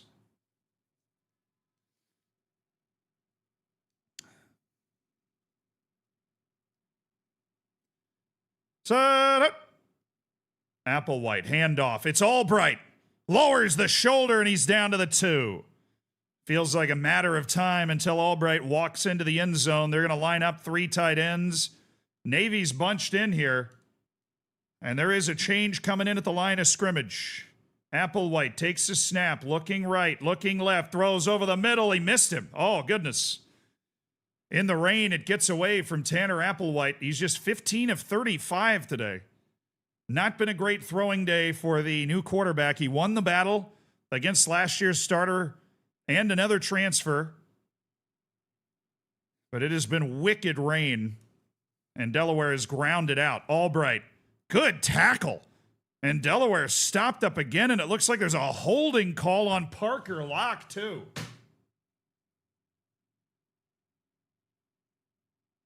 Hey, what's up, Slar? And that means it's 2nd and goal from the 12-yard line. It's been the type of game with the weather where you figured Navy would have a better chance than normal. Throw is broken up. How about that coverage by the linebacker? Holy smokes. Stayed right with him, stride for stride. That was not a bad throw by Applewhite. If it was, it would have been intercepted. Looking, the throw is incomplete. Locke can't squeeze it. He would have been short anyways. And now it'll be a 29-yard field goal attempt. Credit to the Navy defense again for keeping Delaware out of the end zone. They have not been able to dominate on the offensive side of the ball, but Navy did just fumble it. A fumble by Navy, and Delaware can ice this game. Handoff, and he's going to walk in. They finally find another touchdown in Delaware. Lenny Albright. And that should do it for this football game for the Delaware Blue Hens, 27-6. Delaware is beating the Naval Academy in a mudslide here today. It wasn't beautiful. Usually football isn't. But Delaware has won 2 touchdowns for Lenny Albright in the rain. Hard-nosed football right there, baby.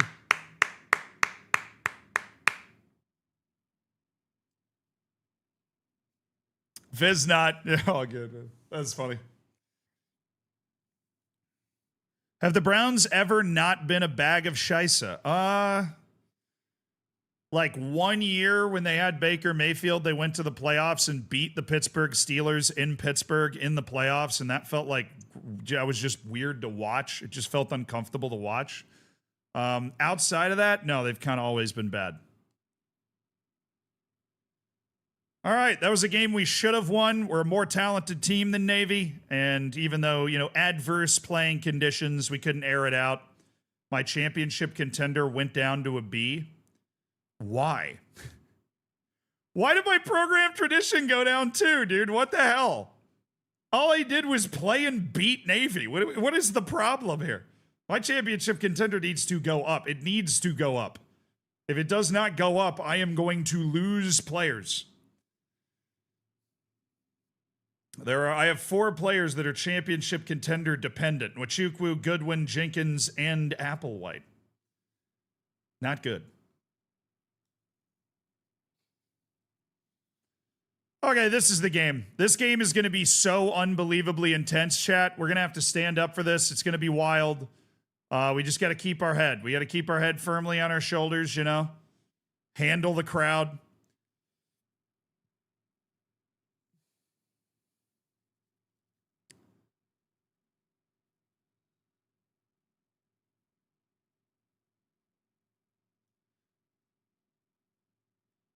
We can't keep ignoring wide receiver. I want AJ Peppers. I like his profile as a player. I like it a lot. So we need to go after him. I am scared at how much NC State's hanging with me on this guy. I don't like that. McKenzie, we can schedule a visit. Oh, please be close. He's close. Thank God. All right, we can schedule him for UConn week 3. Proximity to home. We'll have the family visit. We'll blow the doors off UConn. And then, next week, hopefully, we'll know the cell. I don't think we know the cell right now.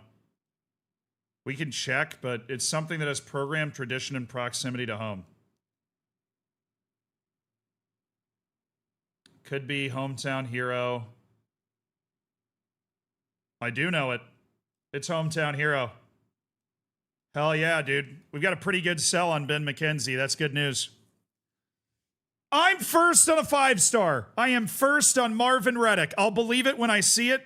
I know the joke is that he's actually quite a bad player, but oh no. Not my other 4-star defensive tackle getting attacked.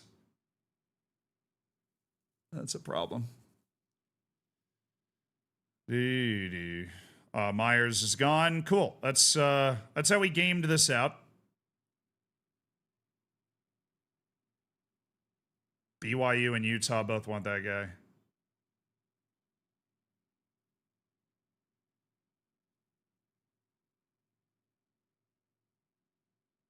All right, it's going to be easier for me to beat Tulane. Oh, but he's an athlete too? No. It's going to be easier for me to beat Tulane down here.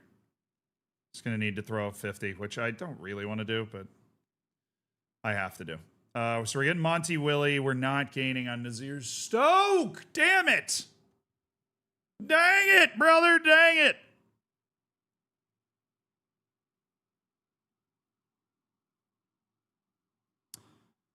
This is so stupid. Going after this free safety, Willie Keenan. I mean, Miami, Pitt, Penn State are all like hell for leather for this guy. He is an incredibly good player. He is that. Cesar Torres. Why am I fighting Tulane for multiple guys? Can they chill? Can they just chill out? All right, I'm not going to get Nazir Stoke. That makes me sad, but what can I do? Keenan. Yeah. I have the points to throw a 50. Now, if I throw a 50, I think I might be able to create some separation in the lead on him. I am not 100% sure, but we're a little thin. We're a little thin.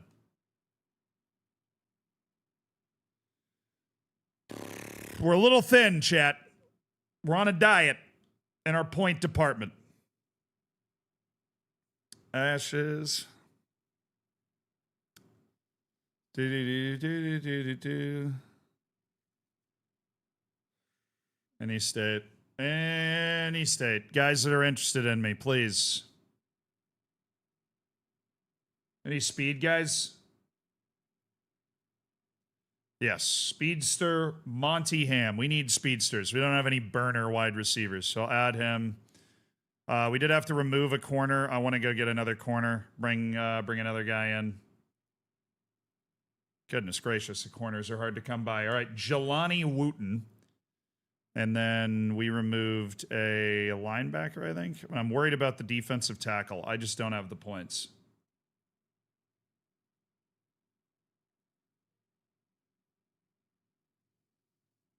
Jamie Marcock.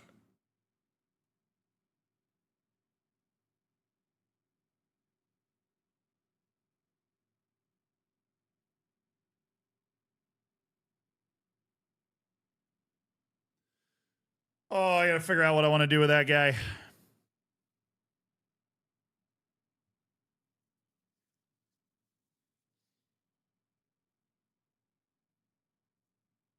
This recruiting is going to be very difficult.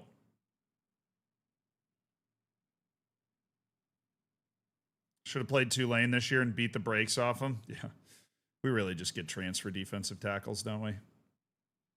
That's what we do. I need to get rid of somebody that we're like hard going after anyways. We're not going to get that guy. Even if I put 50 on him every week, I can't say with certainty that we're going to get him.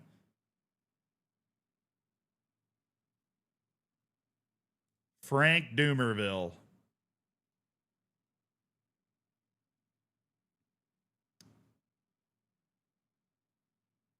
Oh, there's a good power punter.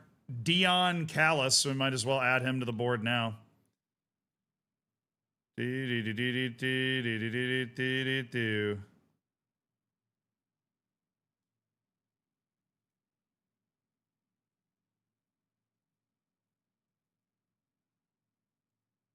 Oh, it's saving. It's kind of glitching out. I can't do anything on the player.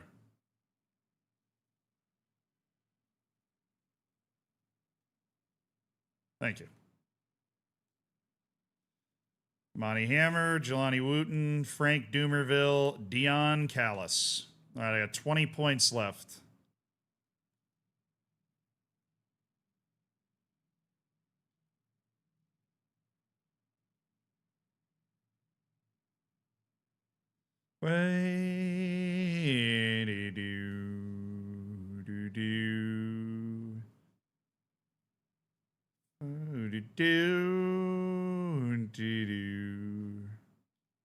Man, I don't care though. Like, we get a 5-star.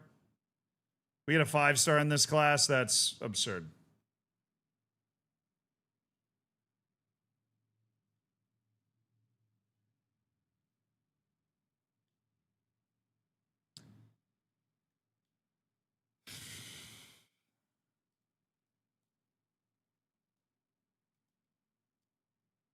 Oh, come with me now.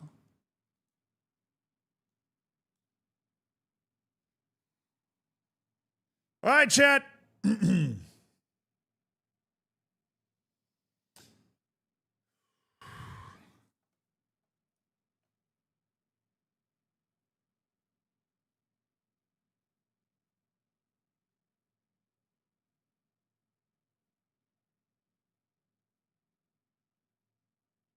See what's on our list here. What do we got coming up?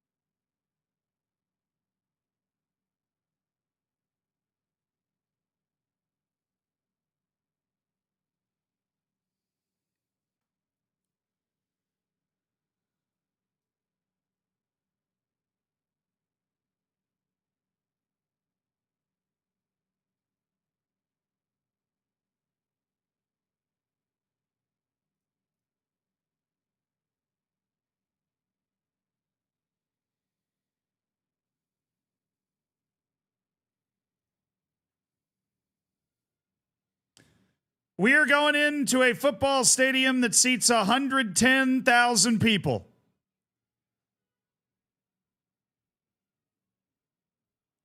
It is one of the biggest sports stadiums in the entire world. Neyland Stadium in the University of Tennessee, visited by the Delaware Blue Hens.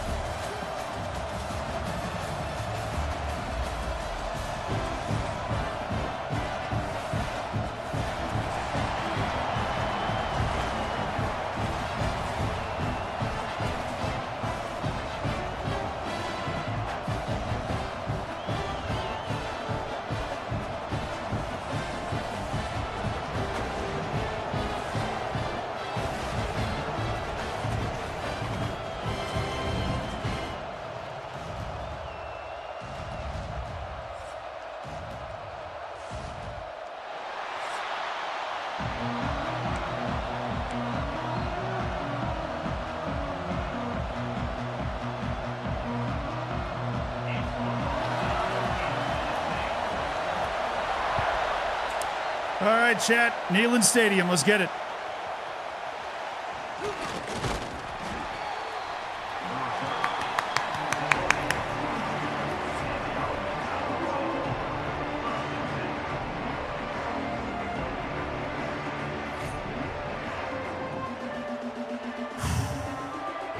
Super Semin, baby. Super Semin.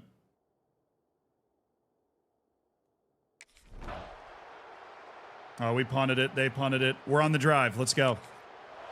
3rd down and 1 in Neyland Stadium.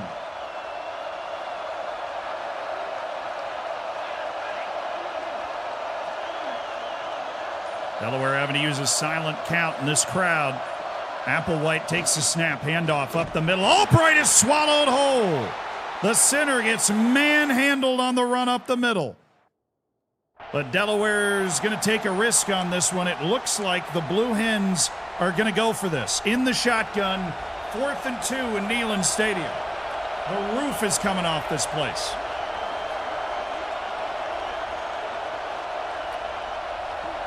Applewhite, the redshirt junior quarterback.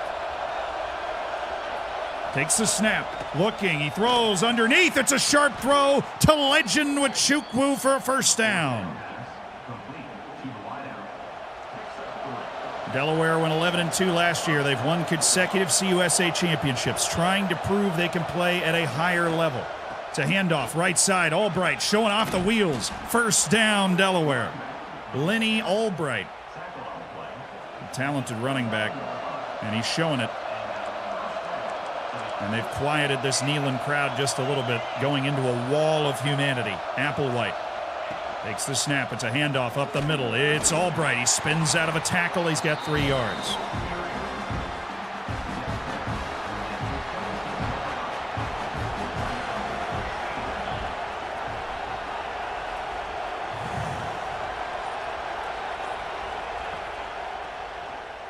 Looking over the middle, it is incomplete, trying to throw that into a tight window. 3rd down and 7.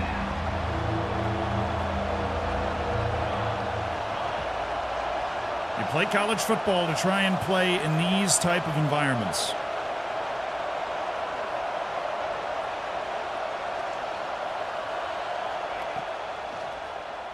Throw is caught by Albright. He only gets a couple of yards, and it's 4th down and 5. It'd be a 40-yard field goal, and they're going to line up to take it.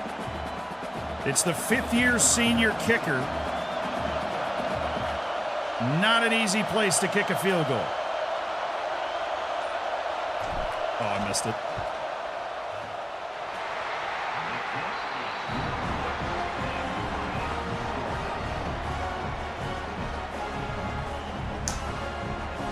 Good drive for Delaware. It results in no points, and we are still scoreless. Second drive for Tennessee ends without any points either. It's a 3rd drive for Delaware. First 4 drives, no points. Now 3rd down and inches. The place is going absolutely berserk. Applewhite puts a man in motion. It's Eaton, the tight end, and they don't get the snap off.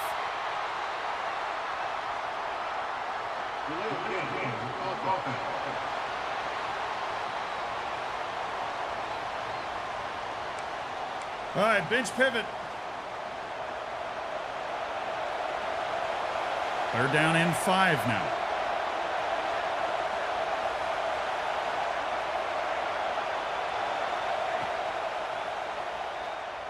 The throw is caught by Short. Oh, and Dakota Short makes a move. Here goes Short. Touchdown, Delaware. What a run by Dakota Short, the junior from Hueytown, Alabama. And he bows to the crowd.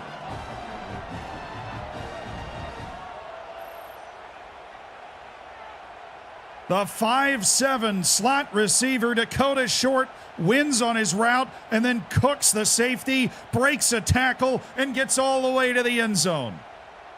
The Delaware Blue Hens strike first on their 3rd possession, and they lead in Neyland. Trying to pick up the biggest win in the history of the program, and they have shut down this Tennessee offense so far. 3rd down and 9. And I'm going to check something.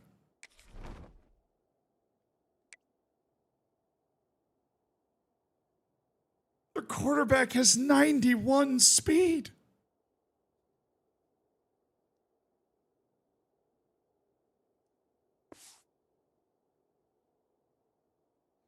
I was just checking because we probably want to do a quarterback-contained spy play if he's a running quarterback, and he absolutely is. Here we go, here we go. It's a throw down the sideline, and that coverage is exceptional. Oh, the secondary for Delaware is at it again. Stride for stride with the receiver. It's 14-0 Delaware Blue Hens. They score a touchdown outside of the key moments. And the Blue Hens lead 14-0, and they are driving. 3rd down and 7. They come out with 3 tight ends. This might be the type of play call where they're trying to set up a 2-down scenario. They do like to do this sometimes. They trust their team to execute on 4th down, so they're running it, and they're just going to get the 1st down. Albright to the 33. Oh, Parker Locke is coming off injured. Something in the midsection. That's the number 1 receiver for Delaware. That could be a problem. But the Blue Hens are moving the football. It is 2nd down and 2. Going into the 2-minute warning. Delaware's up 14-0. With the football in the red zone. This is unthinkable.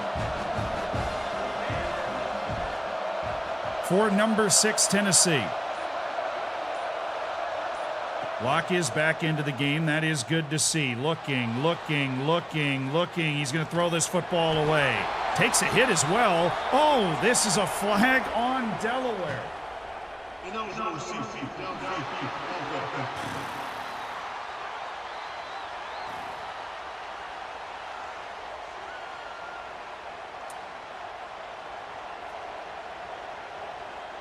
2nd down and 7.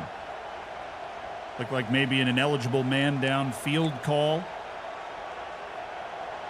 Try and manage the clock the best they can here. Applewhite steps under center. Puts his tight end in motion. He's going to hand this ball off up the middle. They didn't get the blocking right. It's just a couple of yards for Albright. 3rd down and 5. And Neyland is rocking.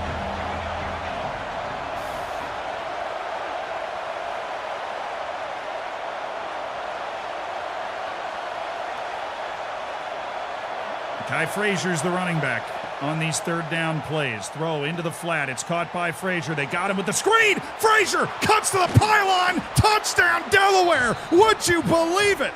It's 21-0 in Neyland Stadium. The Blue Hens have thrown down the gauntlet in Tennessee. They only beat Navy 27-6 in the opening week of the season. They've already scored 21 points on Tennessee before halftime. What an incredible start to this game for the Delaware Blue Hens. Tennessee scores 2 quick touchdowns to start the second half. Oh my goodness, Tennessee has come out with their hair on fire, and now they've got the football again. 2 touchdowns on their first 2 drives in the second half. Tennessee with a great halftime theme talk here. Looking over the middle, it is caught. It is caught, and a first down to the 18-yard line. They are moving the football for sure. And now it is a crucial red zone possession. Tennessee has exploded out of the gate of this second half. Oh, big sack. Bryce Jenkins, the big nose tackle, gets through. And the transfer drops Smith in the backfield. 2nd down and 15 after the sack.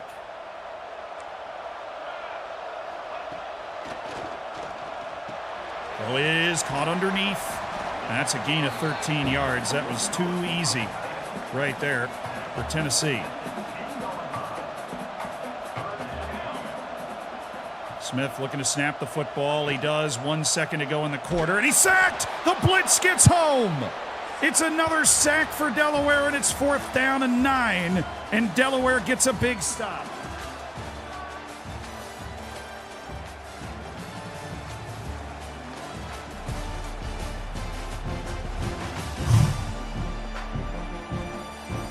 And it's going to come down to the 4th quarter. The final quarter of this game is going to determine who wins it. Tennessee looked like they might get blown out, but their offense is looking to put together 3 straight scoring drives. Just need this field goal, and it's right down Broadway. 21-17. Delaware's offense has not done much in this second half. They need something. They punted the ball away again, but it looks like there's been some sort of turnover. So a lot of scores that we weren't involved in. I kind of want to see what those were. Obviously, in the first half, we scored a touchdown. I want to go see what that was. We scored on a...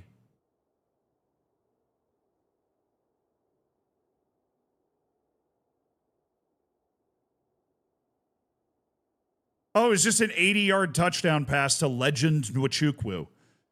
My dog. 1 play, 80 yards, touchdown. 14-0. Then there was our touchdown. Then 3rd quarter, they were right down the field, touchdown.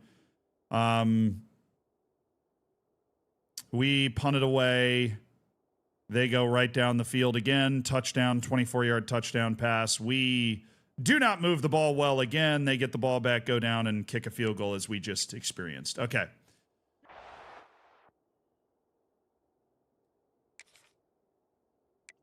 What just happened? 3rd down and 6. Right, okay. Big 3rd and 6 at the Tennessee 26-yard line. Delaware's kicker has already missed 1 field goal. They would likely send him out for another here, but there is far from a guarantee he'd make it in such a difficult environment. 8 minutes to play. Takes the snap. Looking. Throw is caught. Parker Locke's got a first down, and he's all the way down to the 9. What a throw by Applewhite, and deafening noise. He has stepped up to the plate exactly the way you'd want your new star quarterback to step up to the plate. That was a huge throw. Good route by Parker Locke. Misdirect handoff, but that is excellent penetration by the Tennessee defense. They were all over that play. Absolutely all over it. Delaware's going to have to make one big play here if it's going to win this football game. Can it score a touchdown? 2nd and goal from the 11. Throw is incomplete. He tried to get a few yards to Olesh. Little jumpy releasing that pass when he did. Definitely a little jumpy. And now it is as loud as it will ever be in Neyland Stadium for this 3rd down.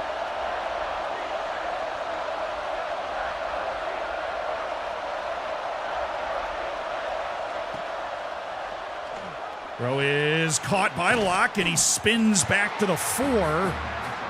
And they're going to go ahead and send out the field goal team. They were hoping they might be able to get something, but this is an eminently makeable 21-yard field goal.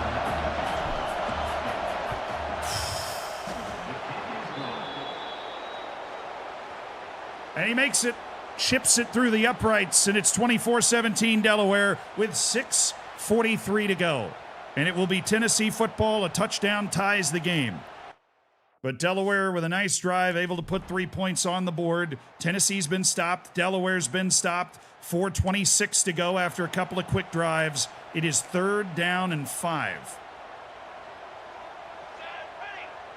Tennessee needing something here. He got him. He's got the tight end who slips out into the flat and up to the 22. 2nd down and 7. This might be the entire game at this point for Tennessee. It's a handoff, running right, and he's got the edge and a 1st down inside the 10.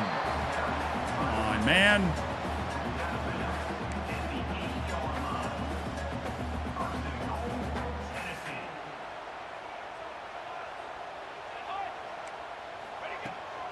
Snap, it is a handoff. McIntyre's right on it. The middle linebacker, the heart and soul of this Delaware defense. He's been playing all 3 years, part of the first recruiting class of Laquavius Burnside. That is a tremendous football play by McIntyre. 2nd and goal, clock is running, not really a factor to this drive. The throw is caught! Touchdown, Tennessee! And they put up all 24 points in the 2nd half. This defense has struggled to contain this Volunteer offense. And Tennessee, in what has become one of the games of the year so far, has completed the comeback. And with 2 minutes and 15 seconds to play, it will be the Delaware Blue Hens with a chance at immortality in the biggest win in their program history. On the road against the number 6 team in the country. Handoff. Albright, shaken and bacon, only gets 2.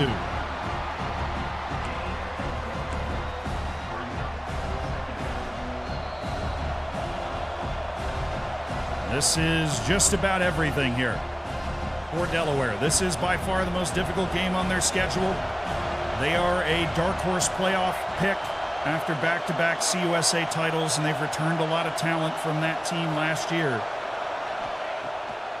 Oh, it's a slant, and it is incomplete. Locke couldn't squeeze it.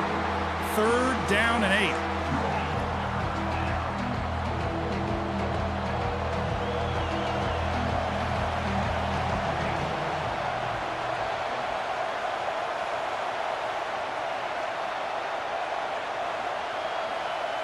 I don't like this play call. I can't audible because it's too loud. I don't like this play call. Call a timeout. Let's get a new plan. That wasn't going to be open.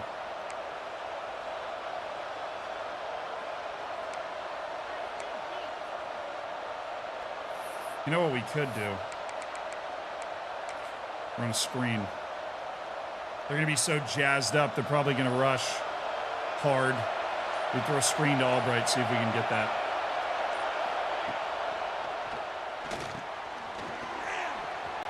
And it's a first down for Delaware. The screen to Lenny Albright. And he just burrows his way up the field for that first down play. They took a timeout to get the right play in. They liked the look. And Burnside draws up screen play to catch an overzealous line. Oh, they don't expect the handoff to Albright, and he's got 15 yards and a first down. They're doing quick huddles here. The crowd is unbelievably loud in Neyland Stadium, but a game-winning field goal attempt might be in the cards. Rolling to the right. He's rolling. He throws. It is incomplete. An ambitious throw by Delaware. It just didn't come open the way maybe he had hoped. Applewhite's under center.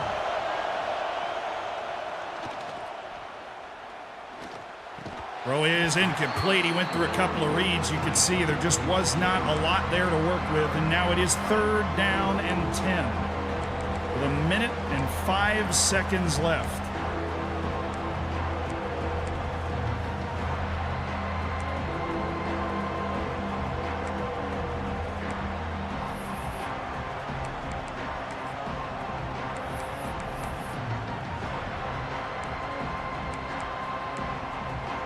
Deep mesh. Give guys like Short a chance to get open.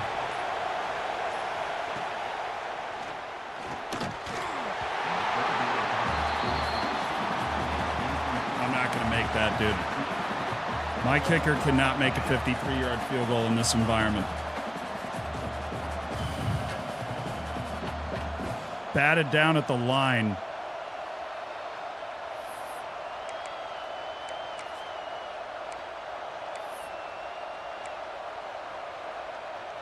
My kicker barely has the leg to make 53 ever. We are going to punt.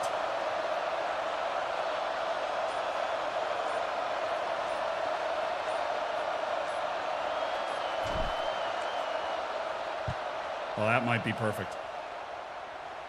9? Okay, we put him out at the 9 with 58 seconds. 9-yard line with 58 seconds. Let's go. Let's go. I'm going to put some pressure on them. I don't want to give them time. I'll just be the middle zone, but I don't want to give them time here. Oh, they just ran short hooks. Okay. I guess they have 3 timeouts, but it's an interesting play call.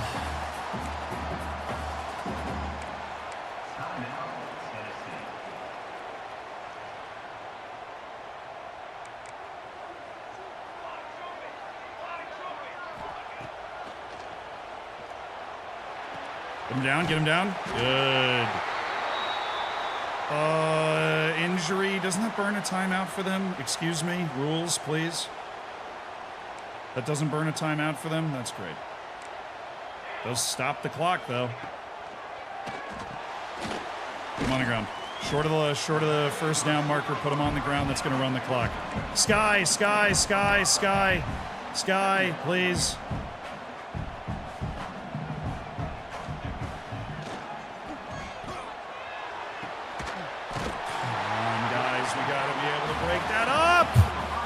Where was the big hit? He just kind of glitched next to him.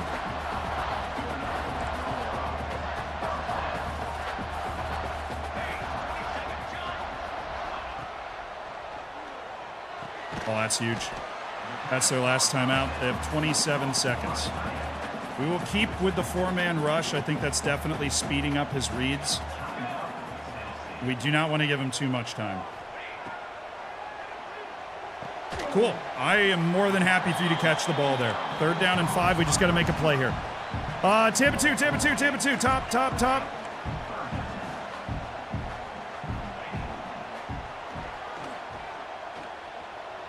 No way. Oh, I broke it up. Let's go. I make plays.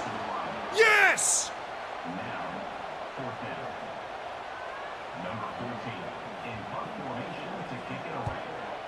Leave it. Let it bounce. If he's going to stick me at the 1, then so be it. I am not risking touching the ball. Overtime. No kidding.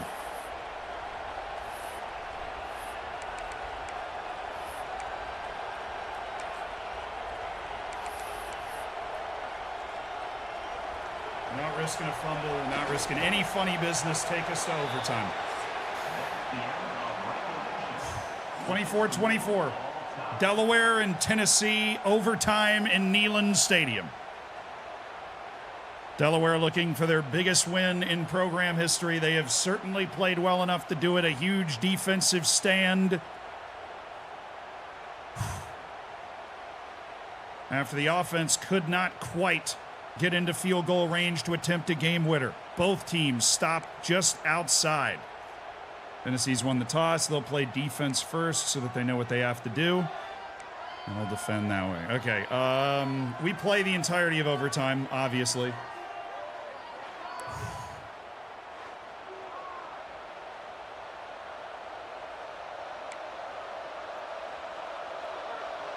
What a first down mesh.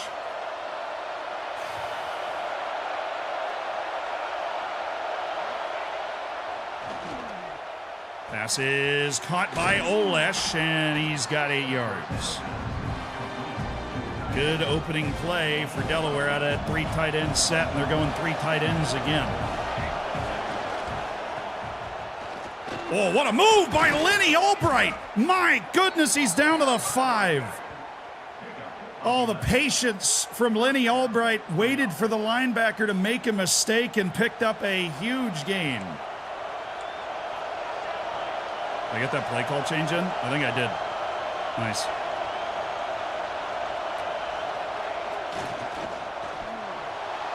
And he's wide open. Touchdown, Delaware. Applewhite dodges the rush. Converts. Touchdown right over the middle. They brought a big blitz. Applewhite gets away from it and just plays backyard football and throws it to the open man. When the lights were brightest, the Blue Hens offense has delivered a touchdown. Olesh with the reception. What a big-time play, and now it's Tennessee's offense. It's moved the ball exceptionally well.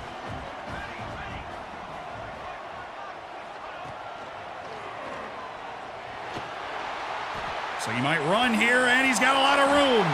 All the way to the 9-yard line. Smith making plays. Who's going to get the big stop here? That is the question. Takes a snap, looking to throw, under pressure. Delaware's got the sack back at the 19. Back at the 19-yard line. Oh, they bring the blitz and it works. Who's 14, dude? Who got home? Who's the dog? Felt like a corner. Oh, it's the 5th-year senior Khalil Ali, the guy that's been with me since the beginning.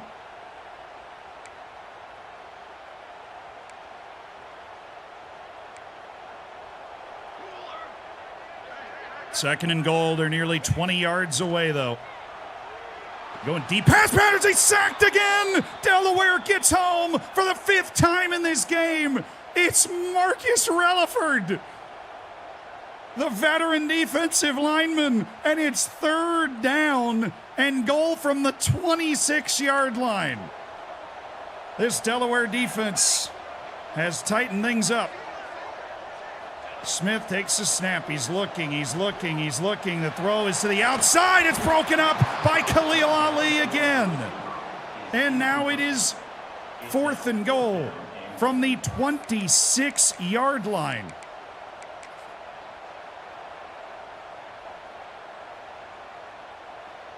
And they're going to come out and basically defend the goal line mode. Tennessee has to score on this play or it's over. Smith. Looking. He's sacked again! Delaware wins! It's Relaford with 2 sacks in overtime. The Blue Hens bring home the W from Neyland Stadium. Unbelievable. Marcus Relaford with 2 sacks in overtime. Delaware had 3 total. Tanner Applewhite makes the play to score the touchdown, and Delaware has stunned the whole state of Tennessee. The biggest win in Delaware Blue Hens history. They have beaten a 6th-ranked SEC opponent on the road. Corvus, thank you so much for the 17 months. LaQuavius Burnside leads the Blue Hens to a deserved victory. They were up 21-0. It all fell apart, but they did not break. They ran for 100, averaged nearly 6 yards per play.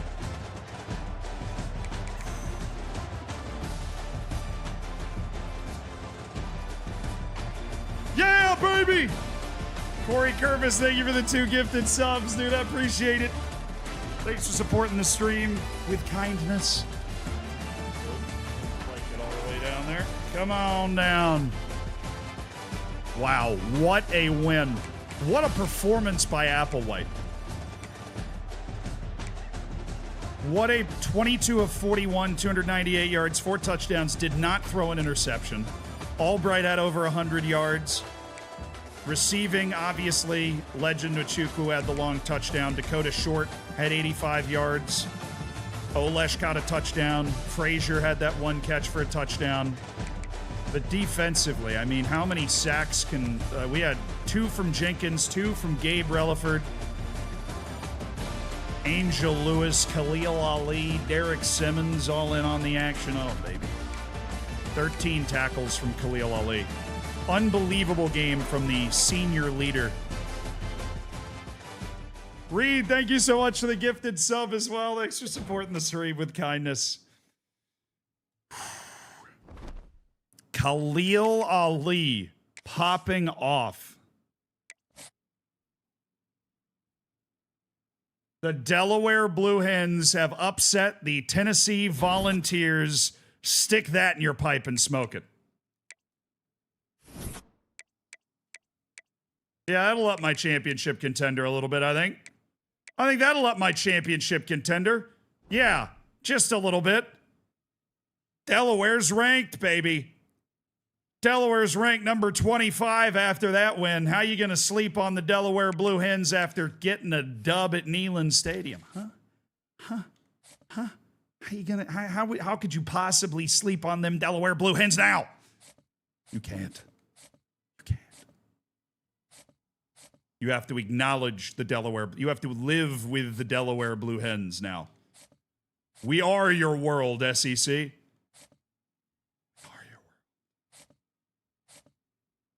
All right, starting to create some separation on Chad Parker. That's good. Now back into the recruiting. We got our visit this week with Ben McKenzie, which is a great opportunity. A great opportunity. We have locked Marvin Reddick top 8, which means one of those 8 schools, plenty of schools that could give us a ton of problems if they started going after him. But one of those schools is going to have to go after us in order to get him. We can't be reeled in by just any school anywhere. Minnesota's decided to go on Gainwell a little bit. Well, would you look at that? We got 2 middle linebackers I'm looking good for, Adewachu and Body.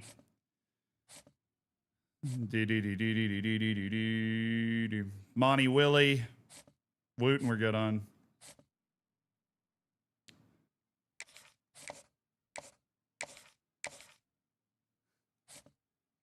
Oh, he's a playing time guy.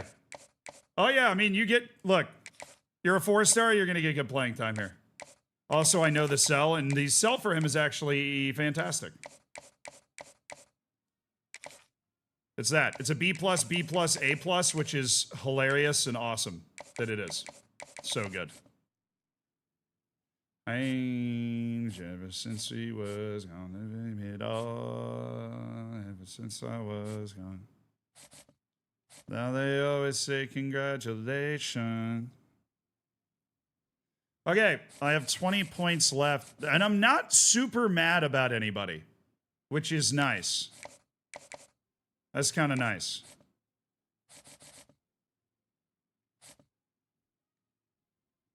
Yeah, I was patient. You know what we could do is just throw a couple more 10s. Like we need to throw a couple 10s. We need to throw a couple 10s in the wide receiver department is what we need to do. So I need to get on the boards of these guys. We can't just sit around and hang out forever. But no, we're actually, we're not in a terrible spot recruiting-wise either, which is fantastic. I mean, genuinely is awesome. All right, chat. Started the stream super late today, so that is where we're going to call it. But we'll be on tomorrow. We'll be playing Delaware Blue Hens tomorrow as well. I think we'll be back in the Brother Save maybe Thursday. But that is, that's the stopping point today. That was, I'm still like vibrating. That was an unbelievable win. Super proud of the boys. Incredible performance from the boys. And, oh, thank you, Ollie.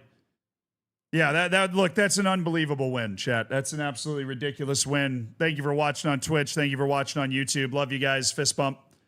Thank you for supporting the stream. New YouTube video came out today. Last FM meme look since before FM 26 comes out. So that's a lot of fun. Thank you guys for we have such a vibrant subreddit. I really appreciate it. I'll see you guys tomorrow, though. Be good. Be safe.